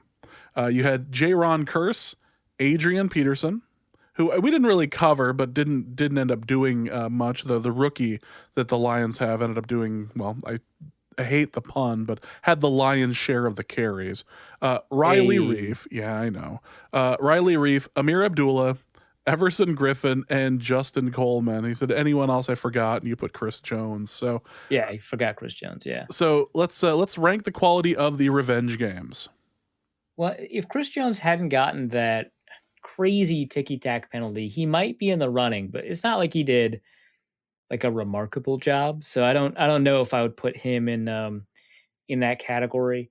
But nobody had like a great revenge game. I guess Amir Abdullah's revenge game was the most efficient, right? 1 snap, 1 touchdown. So you want to give him that. Justin Coleman, who was an undrafted free agent, originally signed by the Vikings, and then cut before a cut at roster cut down, so he never actually made the 53-man. He only played 11 coverage snaps. He's a nickel corner, but he didn't allow any yards, so he's got that going for him. Riley Reif got a 70.8 PFF grade, 1 pressure on 22 dropbacks. He probably had the best revenge game, Riley Reif. Just tough to say because he's a tackle, but he didn't allow Everson Griffin to get any pressures. He didn't allow Everson Griffin to get any stops in the run game. I think PFF kind of overgraded Everson in that game. They gave him a 70.6. I thought he actually played a little bit worse than that. So from a total impact perspective, I'd say Riley Reif is number 1. From an efficiency perspective, I'd say Amir Abdullah is number 1. Adrian Peterson only averaged 3.6 yards per carry. Some of that was in short yardage, so he got 3 first downs on 8 attempts, but he only got 1.88 yards after contact. He did have 2 receptions, 14 yards receiving, with 1 first down and a long reception of 10 yards. But, he just didn't do much, right? Like it wasn't all that compelling. Well, it's this. I've mentioned him on the show before, but there's a friend of mine who's a big Lions fan, despite his other positive qualities, and you're from Michigan, it just sort of happens. But I had messaged him at some point because I haven't watched a lot of Lions this year. And I watched a ball soar over Adrian's head, and I think I messaged him like, "You guys are really trying to involve Adrian Peterson in the pass game? What the heck? Did you not watch him for like the 7 years he was a Viking? Like, what the hell are you doing? I don't. Fine, yeah. Watching Adrian's finest moment was pretending to catch that 1 screen pass. It was pretty, yeah. that was definitively hit the ground, dude. But you do. It's like, hey, I learned this from Donovan. Watch this. Bounce. No. It's fine. It's fine. Yeah, watching Adrian in the passing game was a trip. Admittedly, Vikings fans, whatever, it was kind of fun to watch him break off a couple of runs as long as he didn't do it consistently. Yeah, which he did, right? He broke off some interesting runs, but he didn't do it at a remarkably threatening level. No, he can do that against the Redskins next week, and that'll be totally fine. That's Washington football team. Oh, sorry, my bad. Yep, I what's the edit point for the? Okay, yep. That's funny. Yeah. So when he plays Washington next week, he can have the game of his life, whatever, and it'll be entertaining. But yeah, it's going to be like his 8th revenge game against Washington after having already been a part of. I totally forgot he was part of. My revenge game thing was when Dejan Gomez might have injured him, and then I forgot that he actually played for Washington. So yeah, he gets to have a revenge game against them too. Why not? Yeah, let's. Yeah, and depending on where the game is being located, I haven't looked if it's a home or away game. He can have a revenge game against the turf there too. So he can have all the revenge he needs. But let's keep going. Oh, like more players? Yeah. J-Ron. I was like, I thought I covered them all. I forgot about J-Ron. Yeah, Curse. You forgot about J-Ron Curse and his amazing ability to start jaw jacking after he got burned. Yeah. It's got to be like, you can't survive as a defensive back unless you think that you're the reason for all of the team's successes, right? Like, having played defensive back, I can tell you how Lord, how easy it is to lose confidence. I'll say that after getting burned. Okay, so this will not shock anybody. So in that video, which I will not share, of me eating dirt, I actually ate dirt twice, which a lot of people who watched that video thought it was just a repeat, like a replay, or maybe from different camera angles or something, because it looked identical, like identical. When I hit the floor, which is why I'm so shocked I didn't hurt my face at all. I thank judo for that, for just the instinct to protect my head. But after I got burned the first time, after I ate dirt, and Zach Bennett had mailbox, right? He's like, I'm open, throws up the hand. Luke throws a perfect pass, he gets a touchdown, and I'm just on the ground rolling around trying to cover up my wounds. I go back and I started talking smack to Zach Bennett, so I guess I get it. Because I lined up against him a couple of times, which I'll say this: the video doesn't show that I had a pair of pass deflections and an interception. The interception was a little bit bunk, so that's probably why it's not on the video. But I'll take it. Then I ate dirt again. It's not great for your confidence, but I think that as a corner, you just have to be like, well, that didn't count. They cheated. So Jaron Curse is a corner / safety. I think he's mostly a safety with the Lions, but for him to just do that, phenomenal stuff. I appreciate the confidence. But yeah, he was not good. He had a missed tackle. He allowed a couple of receptions. Not a great game. So yeah, I'd give this to Riley Reiff, especially because he got to line up against Everson specifically. Chris asks, as the defense settles in, how justified was Zimmer in taking corners as high as they have, considering that they've heavily used late round picks and players pulled off the practice squad to fairly good success? I don't know if the practice squad thing is sustainable. I don't think he wants to ride with Chris Jones for that much longer. Like, I don't think a game where they give up, like where Chris Jones gives up like 60 odd yards, and afterwards Zimmer turns to his coaching staff and is like, that's the best coaching stuff we've ever done. Chicken something in a chicken salad there. Yeah. As it turns out. Right. Yeah. So I don't think Zimmer's like, all right, we're good. We got what we need. I don't know that that's sustainable. Corners of the future. So yeah, actually, I think that this does justify them taking the corners as high as they have, because the best corner in the game was a first round pick, was Jeff Gladney. But B, I think that if you continue to underinvest at the position and you get the injury luck that the Vikings have had, you end up not just with worse corners, but probably fewer, because the underinvestment might mean a 4th or 5th round pick, and some of those guys just won't make the team. Like, your first round pick is making the team. And so you probably don't have as many. I mean, numerically, you'll have as many, right? Because you'll just sign as many as you can off a practice squad. But you've got a higher kind of floor and ceiling to work through when you do that. So I think actually this does justify it. It's just the fact that, Chris Boyd, a 7th round pick, and Holton Hill, who is exempt, I guess, an undrafted free agent, they happen to have not taken a bunch of investment. But the Vikings seem to sincerely believe, and I think there's really good evidence for it, that Cameron Dantzler is the best corner. We just kind of have to see him on the field a little bit more often.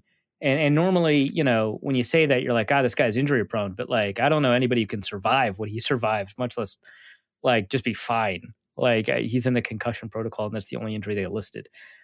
So if Jeff Gladney continues to improve, and Zimmer was pretty clear when he was like, Gladney he listed like a bunch of things he needs his defenders to learn. And he's like, yeah, and Gladney seems to have had all of that this week. So like, I don't know that Gladney's turned the corner yet, but if he continues to improve and plays at a high level, and Cameron Dantzler continues to be a great asset, and he turns out to be the best corner on the team, like the Vikings seem to think. Yeah, it's kind of weird that your first round pick is not playing as well as your third round pick, but these things happen. Then they'll have maybe a year or two from now an elite corner duo, and that's a big if, right? Like if Gladney improves, if Dancer looks like what they think he is, if Dancer's healthy, bunch of ifs there. But they might have an elite corner duo in a couple of years. And man, is it way easy to say it was smart to invest those first round picks. And the only issue, of course, is like, man, that Mike Hughes thing is not working out yet, is it? And this is the year, right? Because we said that, Trey Wayne, Xavier Rhodes took a while to turn around. Mackenzie Alexander took a while to turn around. Based off of their development timelines, Mike Hughes should be turning around. And, guess not. Again, he's not like seeing the field a ton, but when he has seen the field, I don't think it's been very impressive. He still has good moments. So I'm still going to be optimistic. But I think that this investment so far makes sense. It's a little bit easier to say now that these rookies are playing poorly or these rookies aren't seeing the field as often that, hey, these undrafted free agents or seventh round picks seem to be doing a pretty decent job. Why would you want to invest? But I think if you do end up with an elite corner pair 2 years from now, it's going to be much easier to answer that question. Next question is going to be from Nick Howard, who asks, can you break down the 2 blocks from Sunday's game, meaning the punt blocks, and the missed extra point? Whose fault? And if the missed extra point was Cutting's fault, do we consider bringing in someone else or go with whoever the backup long snapper was? Luke Braun was saying his special teams guy said it was Cutting's fault. Luke Braun's special teams guy is correct. It was a really poor snap. The snap was low. So this is actually a thing I didn't see. I was in the press box. I was like writing something for the piece I was going to end up producing, and so missed a kick. And I was like, missed kick. That's too bad. And then a bunch of people on Twitter were like, Arif, I think it was a bad snap. So thanks for checking me on that. And also, I guess I should pay more attention to things that are happening in the game, especially when the Vikings line up to kick.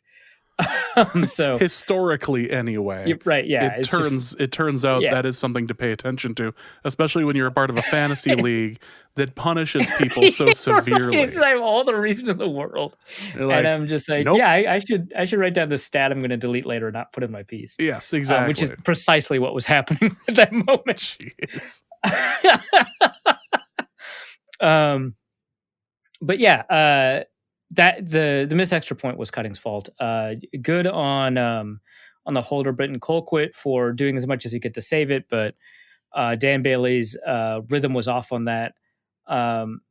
Who was it? The Dallas Cowboys kicker holder combination just did a really remarkable job on a missed extra point. Well, it doesn't matter, but yeah. Well, actually, it was the Vikings a week ago, right, where a super high snap was caught by Britton Colquitt, and they changed their cadence to get the extra point in or something like that.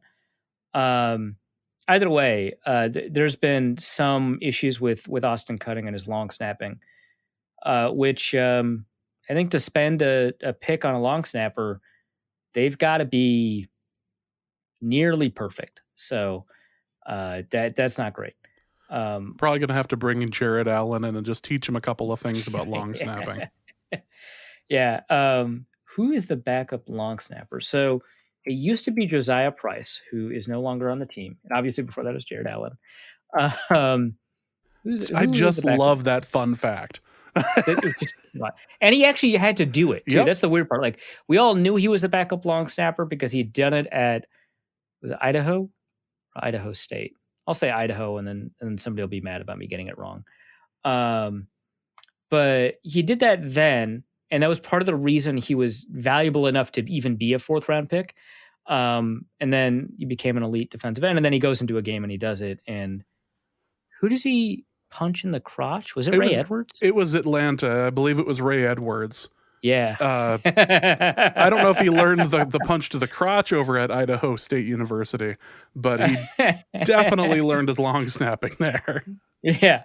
Because he's lining up to long snap, and long snapping sucks. So he just didn't want to get bull rushed. He said, "You do it." Yeah, and he's like, "You better not bull rush me. If you bull rush me," which, by the way, like is sometimes illegal depending on how you line up. So like long snappers are protected, right? And he's like, "If you bull rush me, I'm gonna punch you in the dick." And guess what happened? And then guess what happened? I mean, he called his shot, so right, yeah, it's actions have consequences. But yeah, so I say all of this while also saying, long snapping is so ridiculously hard that they devote an entire roster spot and even college scholarships to a position that doesn't see the field more than like 10 times a game. So like clearly it's difficult and specialized, and you just can't make someone on your roster do it. As for who the backup long snapper is, I don't know. If I had to take a guess, I'm going to go with, it's usually like a tight end, but I'm going to go and say it's Jake Vargas. I don't know why. He's a fullback, by the way. I don't know why I say that, but that's my guess. So hopefully we never find out if I'm right or wrong. But no, you don't want to go with your backup long snapper. Absolutely not. Was it a Chargers-Raiders game where like both long snappers got injured in that game? So both teams were back to their backup long snappers, and it was like the opening night of the season too.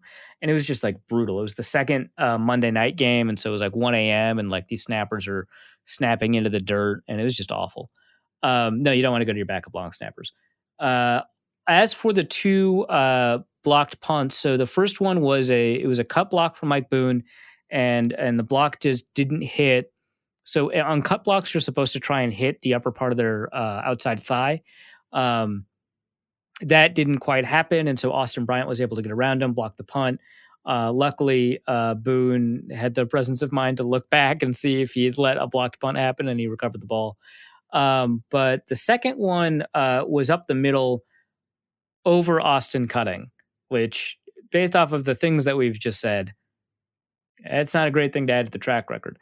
I'll say that most long snappers are not really evaluated on how well they block, because they're mostly protected, and it's usually on the guys next to them to prevent them from getting done on. Like the reason that you don't line up over a long snapper is because they're at such high risk of injury, because it takes so much to get the ball going that far and then set and protect that you can't really do it. So it's actually tough to evaluate a long snapper on their ability to protect the punter, which is why so many of them are so like smaller and light. But yeah, he got through Austin Cutting. He probably actually got over the guy to Cutting's right. So that's what happened there. Yeah, Mike Zimmer calling out the special teams this week, I think, makes a little bit more sense than last week. I had forgotten that they were both wins, right? Yeah, well, kind of weird that he keeps doing that. Well, you fix it in the win so that it doesn't turn into a loss next time, I suppose. Right, yeah. But I had forgotten David Morgan ended up having to be an emergency long snapper for a game in like 2017 or something. I was like just doing a quick Google search, like who is the Vikings backup long snapper? I don't know. Usually but David Morgan usually end up finding out. So yeah, David Morgan had to play in 2017. So it's usually a tight end. Yeah. Yeah. So interesting. Okay. Well, let's go to the next question, which is going to be Raul, who asks, in his Monday presser, Zimmer talked about all the things a good defensive player can recognize pre-snap. It got me thinking, is intelligence the most overlooked talent in scouting? Can intelligence be accurately projected? So I went back and listened to that part of the presser so I could better answer this question. And so this is what Zimmer said. So I think it was Ben Gessing asked, hey, you mentioned Durante Jones. What is he doing that's making him such a good coach? Because he had just praised Durante Jones for what he was able to do. What is it that he's doing? Is he connecting to players particularly well? What's he doing? And Zimmer talks a little bit about his coaching style. And then he says, continue to stress technique and correct alignment. And then a lot of these young guys get to the point where, especially in the secondary, okay, this is what I do, but I don't have the overall concept of what the offense is doing. This split tells me this. this formation tells me these are the things that you could possibly get.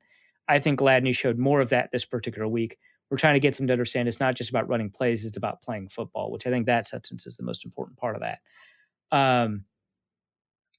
So he actually he only covered a couple of things. So the things that defensive players pay attention to in terms of scouting opponents and paying attention to, what's a run alert, what's a pass alert, what routes are most likely here on, here out. So splits, like for example, how close a receiver is to the offensive line, or how close they are to the numbers. So for example, I think, what is it? A +3 split is 3 yards outside of the numbers for the sideline, for example. So they're split relative to the physical numbers on the football field. They're split relative to the offensive line. If they're lined up, if the outermost receiver is lined up tight to the offensive line, it's often called a nasty split, which I think was probably most effectively used by Calvin Johnson and the Lions, most interestingly. But that split will kind of tell you, is it likely to be a run play or a pass play? But it's also likely to tell you kind of what routes are most likely to be run. Because if you've got a plus split on the numbers, it's almost certain that they're not running an outbreaking route because there's just not going to be time for it. There are still it's still possible. There's still quick outs and stuff like that, but it's very likely to be a deep route and they're trying to win the red line, or it's an in-breaking route of some sort. So that can kind of tell you a little bit.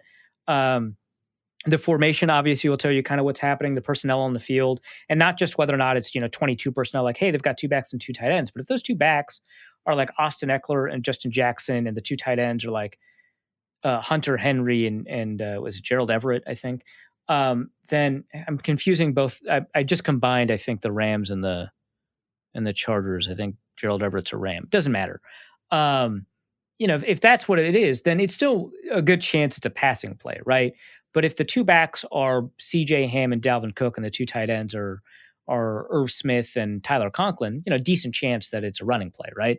So the personnel, but also specifically the players on the field, and then the formation also just includes that kind of how is that tight end lined up? Are they lined up on the line of scrimmage? Are they lined up behind the line of scrimmage? Are they a nub? Are they a wing? That kind of tells you that this is more likely to be a pass or a run. And then there's other things aside from the things that Zimmer mentioned. So, for example, if an offensive lineman is so this happens a lot more in high school than it does in the NFL. But a good example is when an offensive lineman has both hands both hands off the ground, it's very likely to be a passing play. In the NFL, every stance usually looks the same unless a lineman is injured, in which case we actually saw a little bit of it this year where I wish I remember the right tackle, but this guy was always lining up in a 2-point stance, so he's only had 2 points of contact with the ground, his feet. And that was that's usually a tell that it's a pass, but he was just injured, so he was just playing the entire game like that. But there's something related to that. So, for example, if a lineman is light, so if he's in a 3-point stance and his fingers aren't really digging into the ground that much, that means he's not prepared to go forward. That means it's very likely to be a pass play. And that's something that people will see, like defenders will call out in, what book was it? Brian Billick's book. I forget, I'm going to take a look at what book it was. But in his book, he covers his season with more than a game. He covers his season with the Ravens, and in that season, you've got Deion Sanders. I think he played for the Ravens for like really briefly in that final year with the Ravens. And one thing that he called out was that an offensive lineman had his hand as a fist in the ground as opposed to his fingers on the ground. And he immediately called out a run, and that's what it was. And so there are like these small tells. Sometimes linebackers running backs will like wipe their hands on their, like unconscious tells, will like wipe their hands on their towel right before they get the ball without knowing that that's something they'll do. That's a tell. Those are things that defenders, pick up on. How quickly a receiver exits the huddle like that. Like if they exit the huddle kind of slow and dejected and leave before the end of the play call, this is probably a running play, right? So there's all kinds of things that defenders can pick up on that you see on film, or that you even just pick up in a game, that allow you to kind of see the full play, or kind of tell you what routes are coming or what kind of play is coming. And so, yeah, all of those are important. I would say that in terms of figuring out kind of who that whether or not it's overrated or underrated heading into scouting, I would say that the NFL probably rates it appropriately. Maybe underrates it a little bit, but a lot of these players are being exposed to environments that are somewhat similar to NFL environments in terms of the amount of information they have to pick up and put down. And so the demanding stuff is usually already there. But it's difficult for like people in draft Twitter and third party scouting to really get a handle on it unless they have like good sources. So, for example, third party scout with sources, Daniel Jeremiah will have the ability to talk to coaches and stuff like that. And so, scouts can get a good understanding of how heady a player is, how good they are at picking this sort of stuff up by talking to coaches and by working them out themselves and seeing how quickly they pick stuff up. And you can do kind of stuff that is a proxy for it. Like you can do whiteboard tests at the combine where you put a play on the whiteboard, tell them what the responsibilities are, or race the play, ask them a bunch of uncomfortable stuff that throws them off track, and then ask them to drop the play and tell them what the responsibilities are that you put on the board 20 minutes ago. It's a classic trick. I think everybody's aware of it now, so I don't know how well it works. But that's another way that they do that. I don't know how well that kind of translates to the stuff I was just talking about on the field, but it kind of if you're good at that, you're probably decent, right? You're probably better than average at the other thing. But for the most part, I think that third-party scouts still do a reasonable job of figuring this stuff out, especially at like linebacker, because of how quickly the players move after the snap and how well they anticipate. Because and this is something Eric Hendricks said a while back. He does not like the word instinctive to describe his level of play. And I understand why, because he thinks it undercuts the amount of work he does to figure out what's happening in the film room and apply it on the field.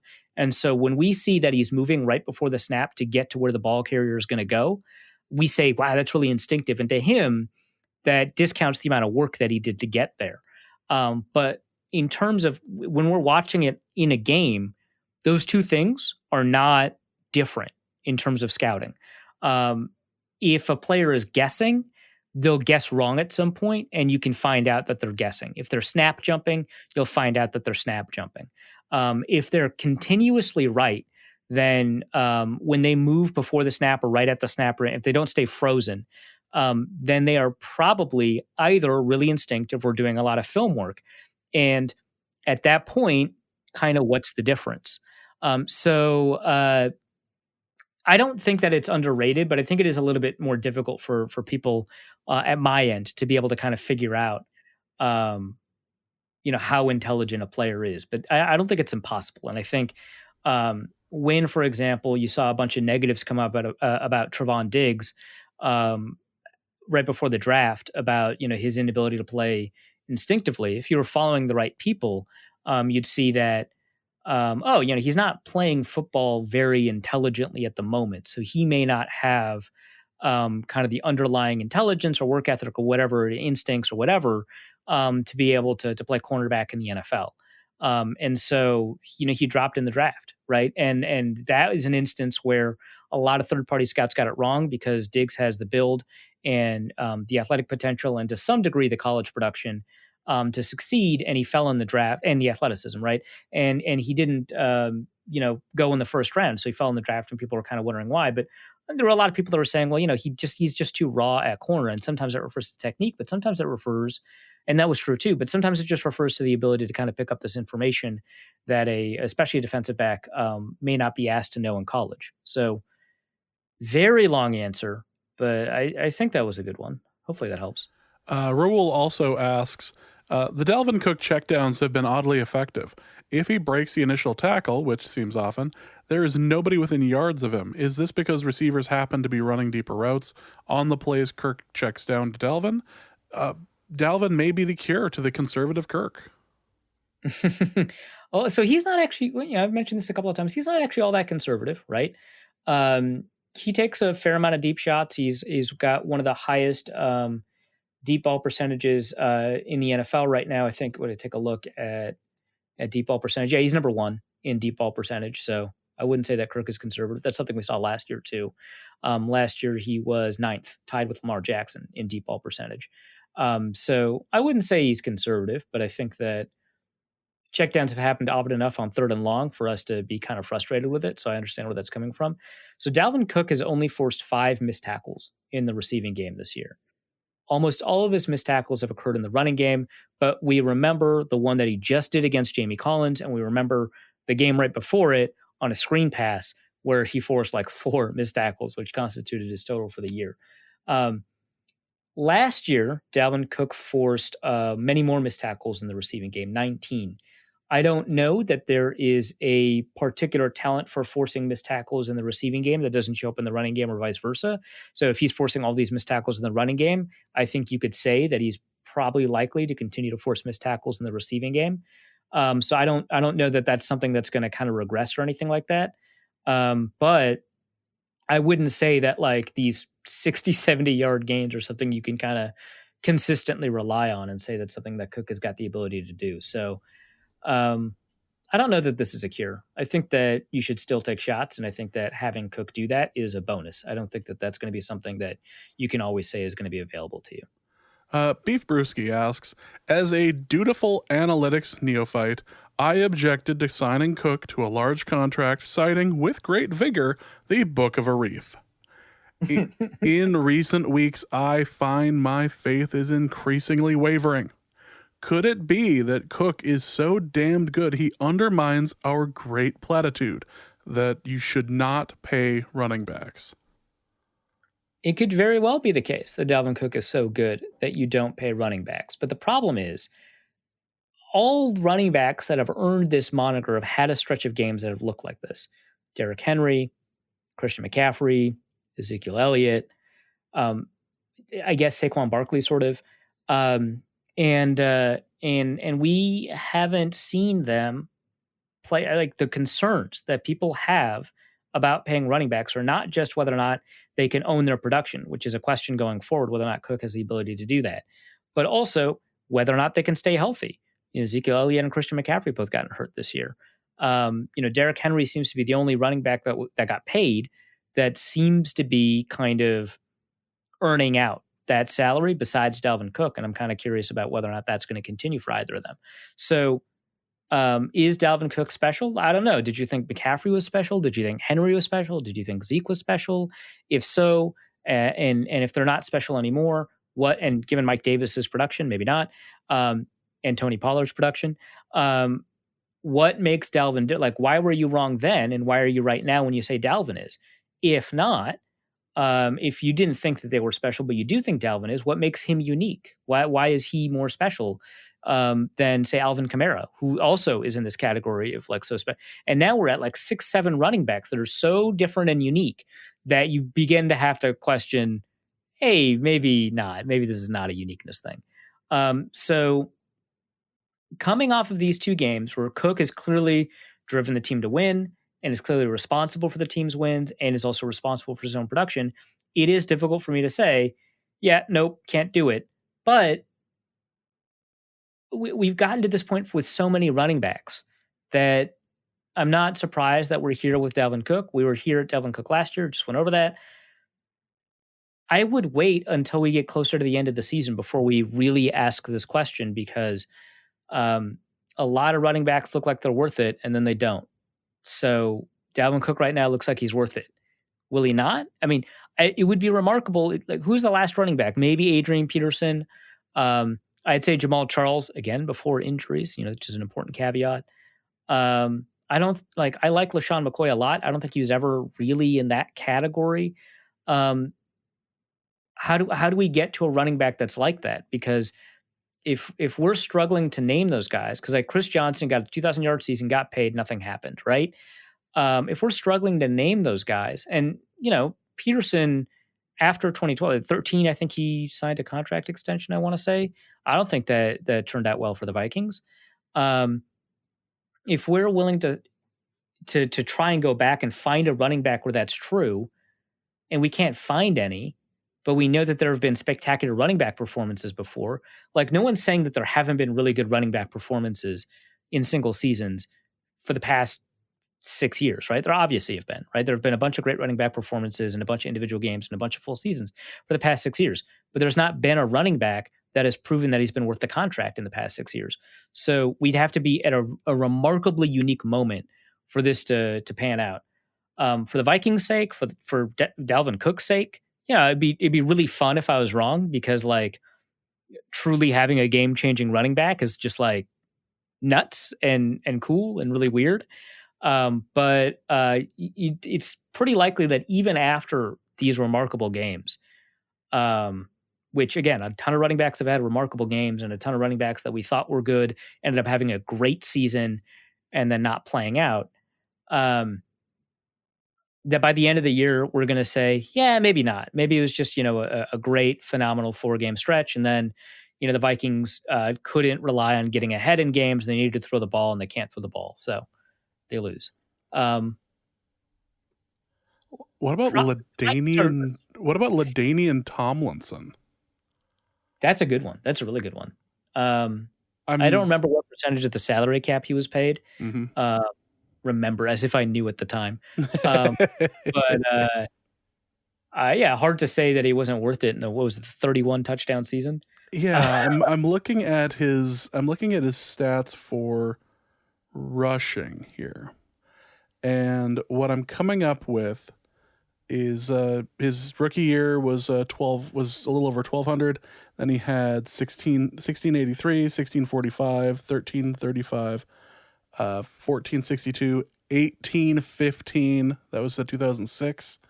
1474, and then it drops off with his last 2 years in San Diego with 1100, 730, and then 1914 for the Jets, and then 280 for the for his short final season. But yeah, 2006, that huge year for him. Yep. Yes. So I'm looking at it. His yards after contact weren't great, but maybe he just avoided contact really well. His yards per attempt obviously were great. At 5.2, 28 touchdowns on the ground. You would have had to have paid him to keep him around for that 5th and 6th year. Yeah. Yeah. 80 first downs. And the 7th year. Yeah. I think LaDainian Tomlinson is one of the few people that you could look at as a running back and be like, okay, after you paid him, he actually improved. Yeah, maybe after the Colts traded for Marshall Faulk, you could say, or the Rams traded for him, the Colts got him. But yeah. After the Rams traded for him, you could say that's interesting too. Yeah. Yeah. So, but I mean, those are a while ago, right? Like that's 14, 15 years ago. The reason why this trope exists is because it's so hard to find them. So yeah, but LaDainian Tomlinson is a really good one because instinctively I want to say yes. That's crazy. Let's go to Ryan, who asks, kind of along these lines. Ryan asks, with Ham getting ranked near the bottom of the offense per PFF for multiple times this season, I think we need an on-air argument about why he is good versus why he is bad. Or is the sedation in PFF's plot to defund the running back? They undercut the working running back, aka fullback, as a means to further undercut back kind. So the highest graded PFF fullback right now is Alec Ingold, which is perfect. Of course, it's like a corn-fed Wisconsin boy that his most recent appearance was giving the touchdown signal from the hospital where he had cracked his ribs. The most fullback thing ever, right? And then Andy Janovich, which is a great fullback name. But Dalvin Cook ranks, I guess, 10th of 12 running backs with any number of snaps and of running back or of fullbacks, and a fullbacks with at least, I don't want to, they'll only let me sort by like rush attempts. I don't want to do that. That's dumb. Fullbacks with at least 50 snaps. CJ Ham ranks 7th of 8 in PFF grade. So they clearly don't like CJ Ham, but they are grading some fullbacks pretty well. Interesting that Kyle Juszczyk is 3rd overall among that group. So make of that what you will, but he's kind of the guy that people paid at fullback. But yeah, has CJ Ham played well? So I think in games where people have asked me, has he played well? I've come away like kind of I didn't pay a ton of attention to him in this game. I know that he got a bad PFF grade in this game. So I can't say with certainty, but yeah, I don't think that he's actually played enormously well or anything like that. But I haven't dug into every one of his snaps, and apparently there's 126 to go through. So it's going to be a bit before I take it upon myself to actually want to do that. He did have a fine spike of the ball, though. He did. And he has these moments where he's the lead blocker and he just crushes some poor running back or linebacker, and it looks great. And the problem is, like, that's the thing people remember, and they don't remember that he like whiffed a block here or there. Like, they think the last time people remember like CJ Ham might not have done his job is on the 4th and 1 against Seattle, and a bunch of people are just like, well, Madison, it's not on CJ Ham. Madison should have just cut out or whatever. That's not even his fault. So it's not even about CJ Ham on that one, and he got squeezed into the lane. So he's probably not that great, but Vikings paid him, so they must think otherwise. I'm still a big proponent of the Ham, but it hasn't been a good season for him so far. Also, given how bad Chicago's offense is and how the Bears' defense always seems to get the upper hand, should we all just agree to avoid next Monday night's game in solidarity, just like the last few Monday Night Football matchups? And no, I don't care that the Giants made last week interesting. I'm going to put words in his mouth here, or that the Jets managed to make us watch the entire football game this week. So I think as an act of protest for the concept of putting good games on nationally televised platforms, that's a good idea. I don't get to make that choice, but I that's smart. Treat yourself. Go like it's gonna be cold then, right? So shovel some snow. By then, there's probably gonna be some snow again. Do something more fun like shoveling snow or clearing out a sidewalk or something. How horribly morbid. Well, just sad, really. Kyle Slaby asks, if you adjust for pure talent, can you name any defenses doing more with less than what Zimmer is getting out of this team? Probably not. So I was trying to figure out if it was possible to do that before the show. So I was like, well, what defenses are actually performing well that I don't think have like this remarkable level of talent or are hurt, right? And I would say probably the Philadelphia Eagles are doing really well in points per drive, and I don't think that they've got this like remarkable. They've got like some really good high end talent. They've got Brandon Graham and Fletcher Cox, but for the most part, I don't think Darius Slay is playing very well, so I don't think that they've got a ton going for them. But they haven't allowed a ton of points per drive. They're also like a bad team, so like who cares? The other one is probably the Kansas City Chiefs. And that one is probably more interesting, right? Because they're a good team and they're allowing fewer points per drive than you'd expect. They've only had Chris Jones for a limited number of their defensive snaps. I don't think he's been available for everything. So, he's missed a game, and I think he missed some snaps on top of that. Their best snap, or the players with the most snaps are Tano Pasno, Daniel Sorensen at safety, Juan Thornhill at safety, and then Tyrann Mathieu, who I don't think is having like necessarily a great year for him. Charvarius Ward at cornerback, and they've had a lot of injuries at cornerback. They lost their phenom rookie L'Jarius Sneed.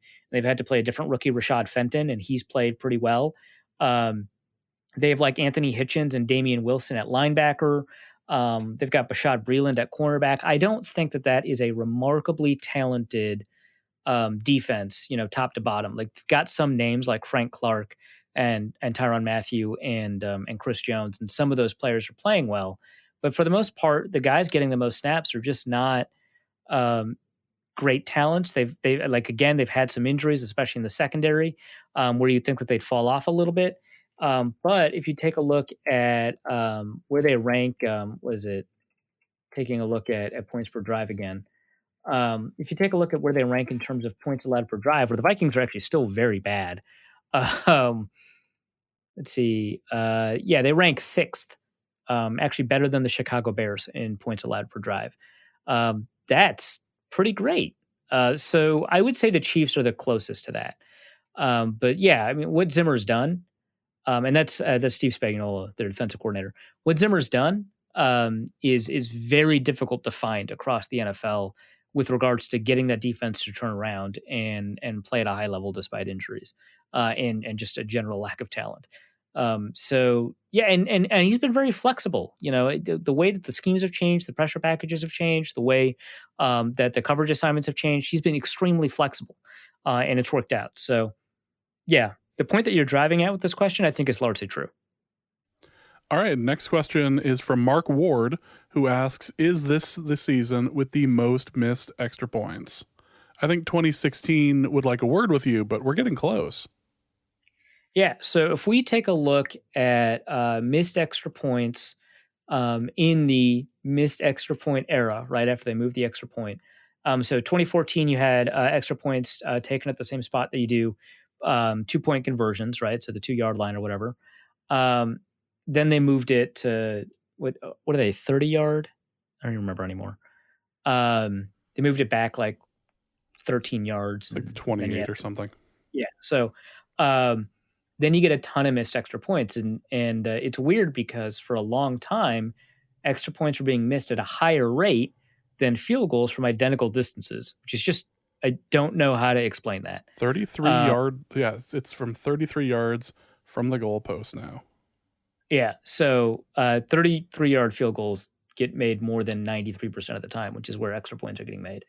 But extra points have not improved in their accuracy. So the league misses them about 6% of the time, and they've done so since the change.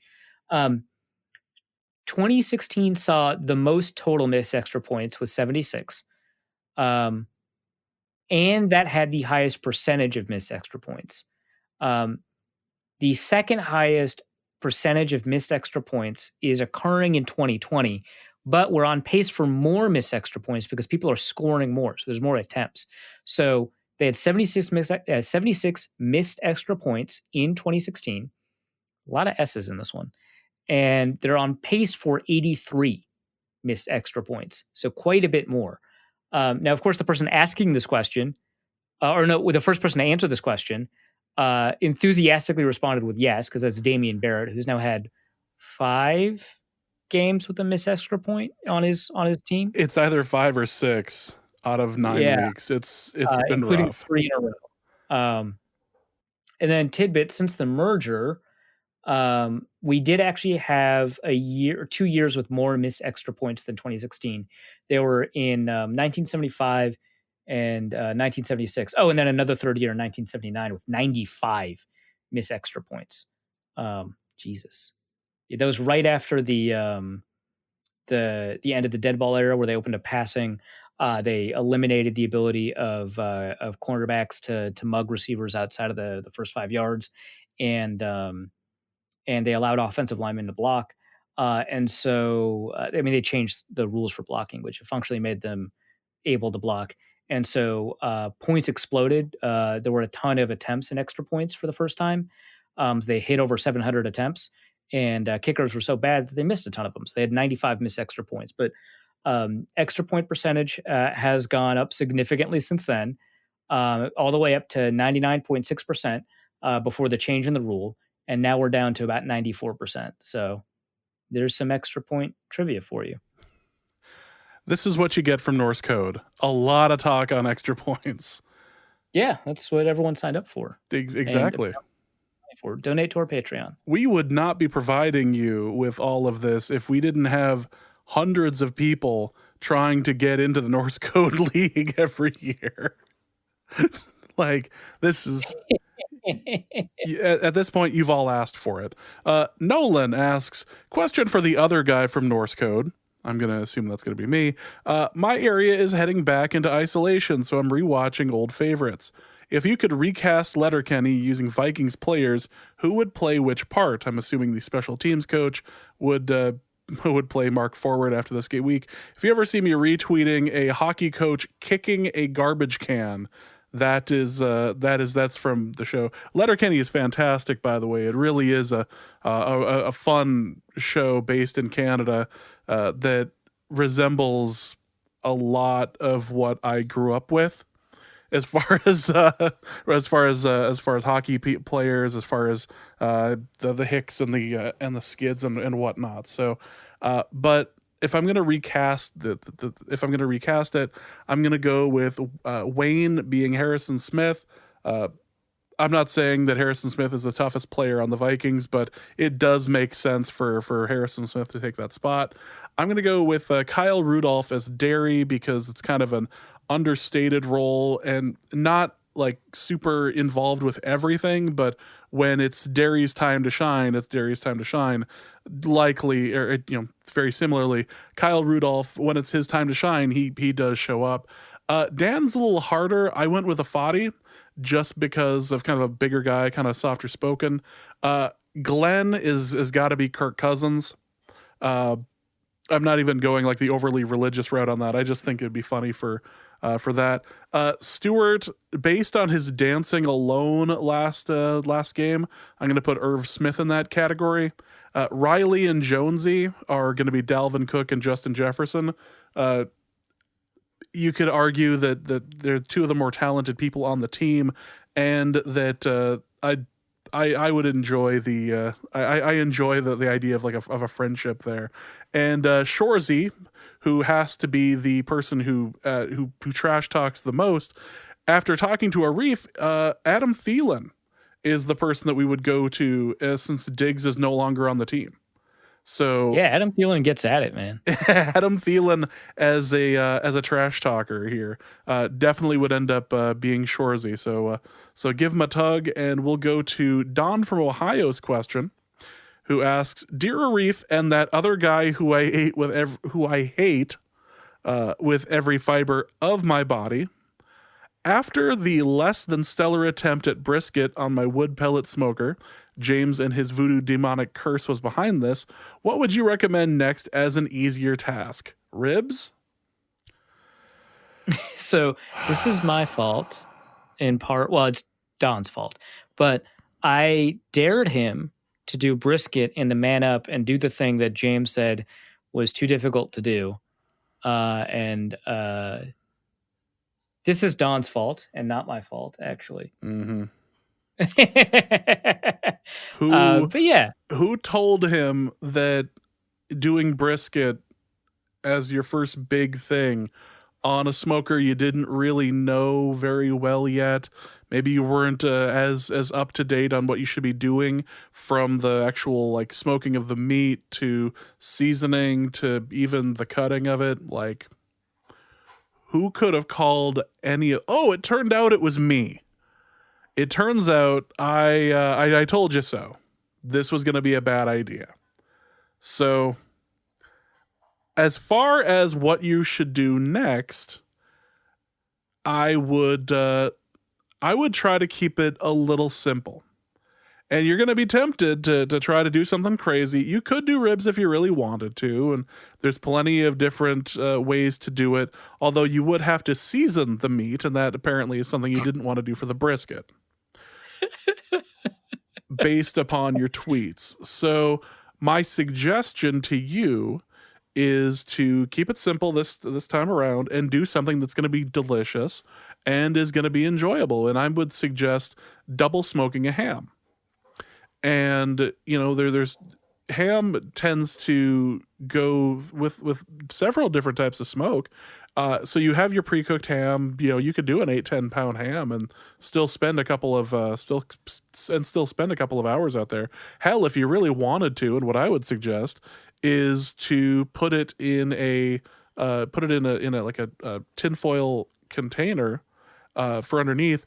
Put some green apples in there, and put some. You can do either pineapple or you can do apricots, like the actual like sliced apricots, and put them underneath as a bed and put as liquid underneath it. You can do apple juice and a mixture of that and like pineapple juice or something, and just get that in there as well to help kind of steam it up and help bubble it up. That way it stays it keeps it from getting dry.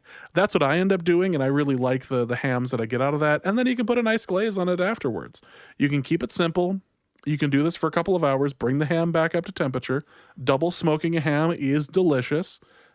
Goes well with just about anything you want, and plus you have ham for a couple of days. And with Thanksgiving coming up, this is something I know Arif can fully get on board with. Yeah, I mean, it is the superior meat to turkey. See, so. We're getting in on this early. So yeah, that would be my suggestion, is to do something similar. I usually go with between 2 and 3 green apples, just slice them into quarters, put them underneath the ham as like a bed. Maybe put some crushed or chopped up pineapple from the can. Don't have to go all fancy with it. You can put that underneath it as well, or you can go the apricot route. We don't do it because someone in the family is allergic to the apricots, but you can go a couple of different ways here. So that would be my suggestion. Just go with a ham. It's still going to be a couple of hours. You're still going to feel pretty good. And I felt bad for Don for having the brisket thing not work, because it sucks to spend hours working at something, especially food related, and have you taste it and go, wow, this really didn't taste very good, and there's nothing I can do to salvage this. Like, I can't just put some butter on this and like pretend it's okay. It sucks. So I'm sympathetic to him to a certain extent, but this, if you start punching your weight at first and then move up. Little Mac from Mike Tyson's Punch-Out didn't immediately start off fighting Soda Popinski. He didn't immediately, start off at Mike Tyson unless he had a cheat code. Which, I mean, your smoker is a bit of a cheat code, admittedly, but it's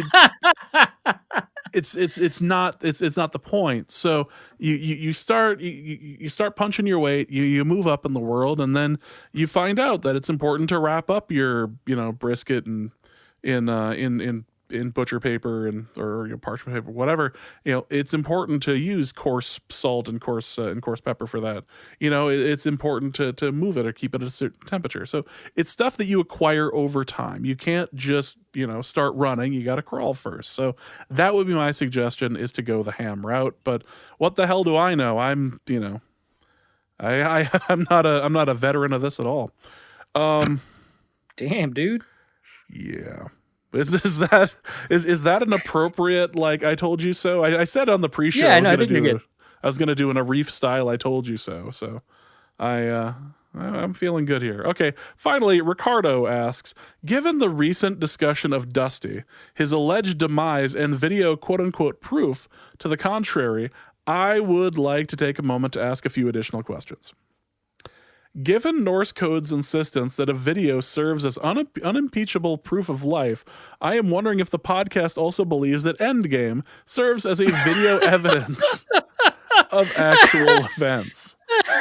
Come on, man. Or that Kermit the Frog is a real talking amphibian. Or that Matty Matheson is a real human and not just what would happen if Guy Fieri ate Post Malone. Okay, so first of all, the conspiracy for Dusty being not alive, I'm just going to say not alive, would have to, at this point, involve so many people in the greater Denver area restaurant scene that at some point it would leak out. So I would say if the members of involved in the production of Avengers Endgame were attempting to convince you that this was real documentation of historical events, at some point somebody would leak, and it's probably Tom Holland, based off of all of the interviews, yes, that it wasn't real. So I'm just saying, not only do we have video evidence, which certainly operates as much more proof than not having any evidence at all. Let's get that out of the way. That he's alive, There's multiple people that have interacted with him in real life that are willing to vouch for this. There's tax records due to the business that he's running, and if all of that's, and if the IRS, they want to know if you're alive or not. So when the IRS considers you people, that's about it. Let's calm down a little bit on that one. Oh, I'm sorry. I thought this was America. I thought this was 2020. But then also on top of that, do you think we have the budget for deep faking Dusty into some random podcast? No, we don't. You could give us the budget by donating to our Patreon. We certainly don't have that budget. It is just a coincidence that we're now launching Norse Code, .threadless.com. Which we've pointed out does not provide a significant amount of income. No. Though, yes, more than before. But that's funny. Number 2, is this stance on video evidence a unified podcast stance, or something James was forced to agree to in order to be released from Arif's clutches a couple of years ago, or maybe just one, or maybe just one time has become most slippery?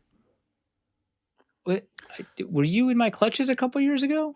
Is that part of the greater Norse Code expanded universe? I don't think that's canon. Yeah, I don't think that's canon. So, no. You're remembering something wrong, Ricardo. Yeah, that's it. Clearly, I've never been captured by Arif. What other opinions were foisted upon James by his malevolent captor in order to secure release? Jesus, this took a turn. How did Arif manage to capture James in the first place, and how did it involve a slight breeze throwing James's back out? I hate you so much, Ricardo. In the in the alternate timeline version of Norse Code, which was established by a series of time travelers, and then we traveled throughout different moments in history. If you'll remember. So that's not canon, right? That's just an alternate timeline. Yeah, and Tom Holland spoiled that too. Right. I think didn't you save me? I don't think anyone captured anyone between the two of us. No, I'm confident that's not how that happened at all. No. Also, finally, did the same method work on Dusty, allegedly? Dusty is alive and not captured. Yeah, let me be clear. We do not have the budget to be deep faking anything right now. We could, but we're not. Yeah. Again, with your support, we could fake Dusty's death, hypothetically were it to occur, which it has not. And I think if you donate to our Patreon. Oh, geez. All right. Well, that is going to be it for this episode of Norse Code. Hope you enjoyed it. We will be back. Later this week to preview the Bears game. Arif, where can they find your work? Yes, you can find it at theathletic.com/author/Arif-Hassan. I've already got a game piece up that I already discussed a little bit. I've also got Players of the Week coming up soon, which I have to begin writing. Oof. And then I've got a mailbag that I'll be writing as well. That should be up Wednesday morning, I want to say. So I've got a bunch of stuff to write.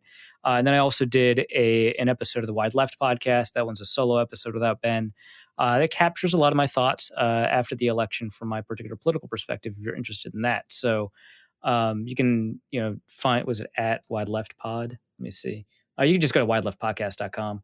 And find it, but it's at Wide Left Podcast. Yeah, so you can either go to the Twitter page or you can go to the website proper. It's still not on iTunes. I'm still fighting with them. So that's where you can find my stuff.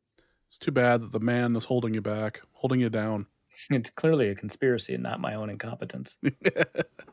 Yeah, that's exactly what we said when we were doing when Dusty was running the business side of things and trying to get things to propagate into different areas. This is clearly a conspiracy against us and not a simple mistake in the RSS feed. No. All right. Well, Not meaning to throw him under the bus. I just thought it was funny.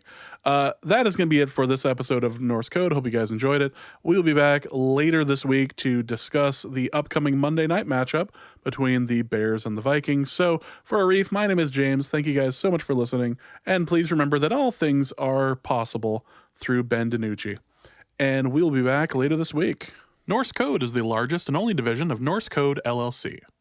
You can find Norse Code on the Daily Norseman, SB Nation's official Vikings blog, at dailynorseman.com. You can also find it on iTunes, Spotify, YouTube, Stitcher, or wherever fine podcasts are aggregated. Our Vikings blogger extraordinaire and generally useful human is Arif Hassan, and he can be found on Twitter at Arif Hassan NFL. You can also find his written work at theathletic.com. I am your podcast host and producer, and my name is James Pagashnik.